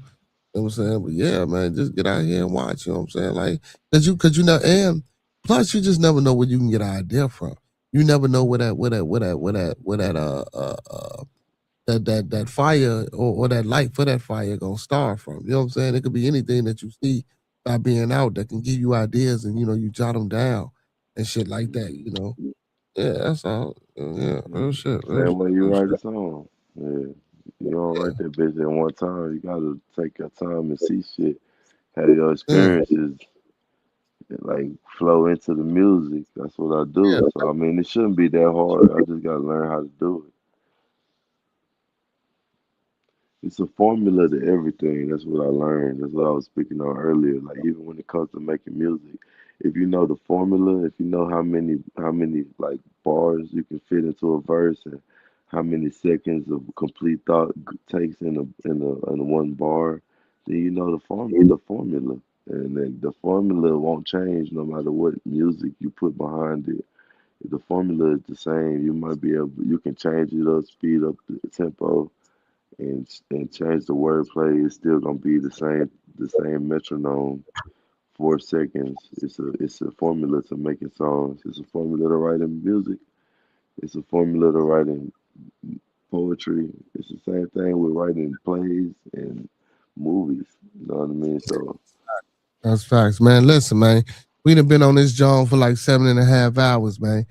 Before I get up out of here, man, I like for everybody, well, my panelists, most of them, they jump off there and stay on as long as you did. But you know what I'm saying, before I get up out of here, man, I like for everybody that's up on my panel or the people that's up on my panel, man, I like for them to tell the people something good or give some type of bit of encouragement or a few words to the people, man. So before we close it out, man, big ups to Dirty Money, first of all, for hitting the panel with me tonight. You know what I'm saying? Big ups to my blood of monkey, man. Big ups to Slim Ballin'. Big ups to Bambi, you know what I'm saying, for sliding through. So man, but tell the people something good, man. Tell her, you know what I'm saying, give us a few words of inspirations or some good shit. You know what I'm saying, you want the people to know, man, before we get up out of here. Man, say, bro, you could be whatever you want to be in this life. You know what I mean? Like no matter what your circumstance is, it's like it's a mental thing, and it's always like God won't never put you in a situation where you can't overcome your circumstances. So I always keep fighting and keep your head up even when you're in the dark, y'all. And I'm sure that we'll see each other again. So I'm glad to be a part of the panel, and I'm hopeful that we'll have a lot more panels we can dedicate to different shit. You know, like I'm gonna be locked in with y'all. So I hope my panel, my fans and everybody in my live, go subscribe to my boy Beardy Studios. You know it, everybody over there on Dirty Money, man. Come on over here to Bearded Conversation, man. Y'all know what it is, man. Hey, share the wealth, share the love. You know what I'm talking about, man. Y'all know what I like to say, man, before I get up out of here, man. You know what I'm saying? Everybody, everyone, everywhere. Let's keep everybody in our thoughts, our prayers, our views, and meditations. Once again, let's keep everyone in our thoughts, our prayers, our views, and meditations. And lastly, let's keep everyone in our thoughts, our prayers, our views, and meditations. And don't forget those 5 key components of life that we all should be mastering and striving to obtain. That's love, peace, respect, motivation, and inspiration. That's love, peace, respect, motivation, and inspiration. And one more time for those in the back that was doing some shit that they ain't had no business doing instead of listening to me. That's love, peace, respect, motivation, and inspiration. And don't forget to E40 that thing and sprinkle a little support on top, because a little support go a long, long, long, long long way, y'all. If you don't believe me, try it out. If it don't work, come on back and we can talk about it. Listen, man, y'all know what it is, man. From the bottom of my heart to the top of my mind, I want to say peace, blessings, love, and abundance to everybody that joined the live stream tonight, that tapped in with me, Dirty Money, Blooder, and everybody else that was on the panel today. Man, listen, stay warm if y'all out here in the Midwest, stay warm. You know what I'm saying? Make sure y'all check it on the elderly. You know what I'm saying? Make sure you're doing your due diligence, man, in anything that you do. Like my boy Cito would say, man, you ain't never been richer than you are right now, and learn how to love the ones that love you. You feel me? Those are very, very, very important things, man. And listen, every Monday through Thursday, man, we got Bearded Conversation, 9 to 11 p.m. Central Time. Every Friday, Bearded Studios is usually from 9 to 12, but if we tend to go over, shit, we go over. And don't forget to tune in later on the day for the Bearded After Dark television, man, where we welcome everybody to the Bearded Lounge, man, and we spin and play music and invite everybody to come on back, man, and drop their links, and we do this thing all over again. And on Sunday, man, we tap into a little bit of the theology and different, religious ideologies and philosophy. So, man, if any of those things interest you, make sure y'all tap in and come on over here and fuck with us, man. And y'all know what I like to say every night, man. Those that fuck with us, fuck with us. Those that don't fuck with us anyway, don't forget to tap in with my Brody. You know what I'm saying? For Show TV, my Blooder, TMB with Monkey Man. You feel me? Miss Chocolate. You know what I'm saying? I residential YouTube PhD. You know what I'm saying? Miss Chocolate Tie. Little bro. Nike Fam, Two Hills STS, man. Make sure y'all go tap in with Dirty Money. Anybody else that's out here that's got a channel that's pushing that's doing their thing, man, go tap in. Y'all know what I say. Go support those that support me because I support them until further notice. Y'all know what it is, man. All superheroes don't wear capes, but they still need their theme music. So to all my superheroes, all my Beardonians, and all my beautiful people, man, don't forget to come back. You feel me, man? Let's get on up out of here with some good old theme music, man. Hey, let's get into this TMB with Monkey Man on the way out the door, y'all. Peace. You know what it is, TMB with Monkey Man.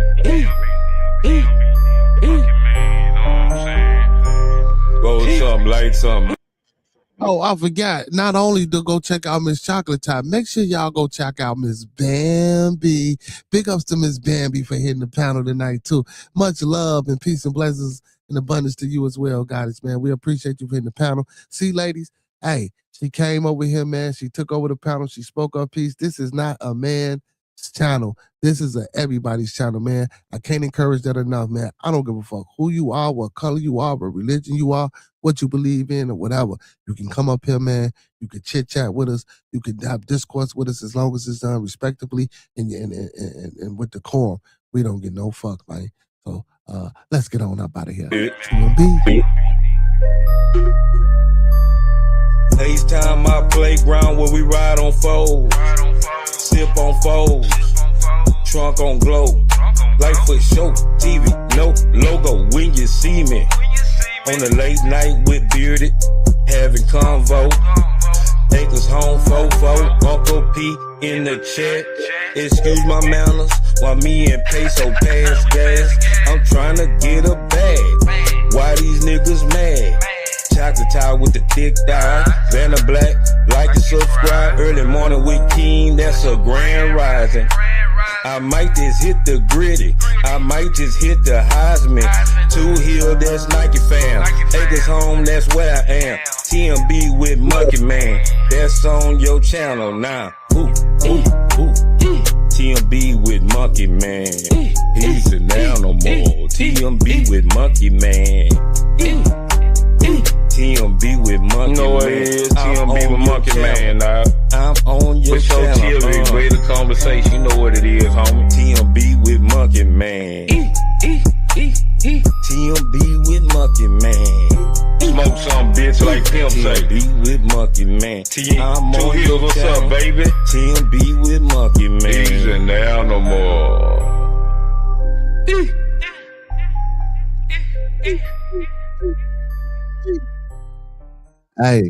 Hey, Miss Bambi, I love, bro. Yeah, Miss Bambi, I love the ad that you made for me, man. I played it. I'm gonna be running that every day. You feel me? You know what I'm saying? I'm gonna have to have you send me that. You feel me? You know what I'm saying? But yeah, I like the ad. I appreciate you for doing that. Listen, man, make sure we listen again before we get up out of here, man.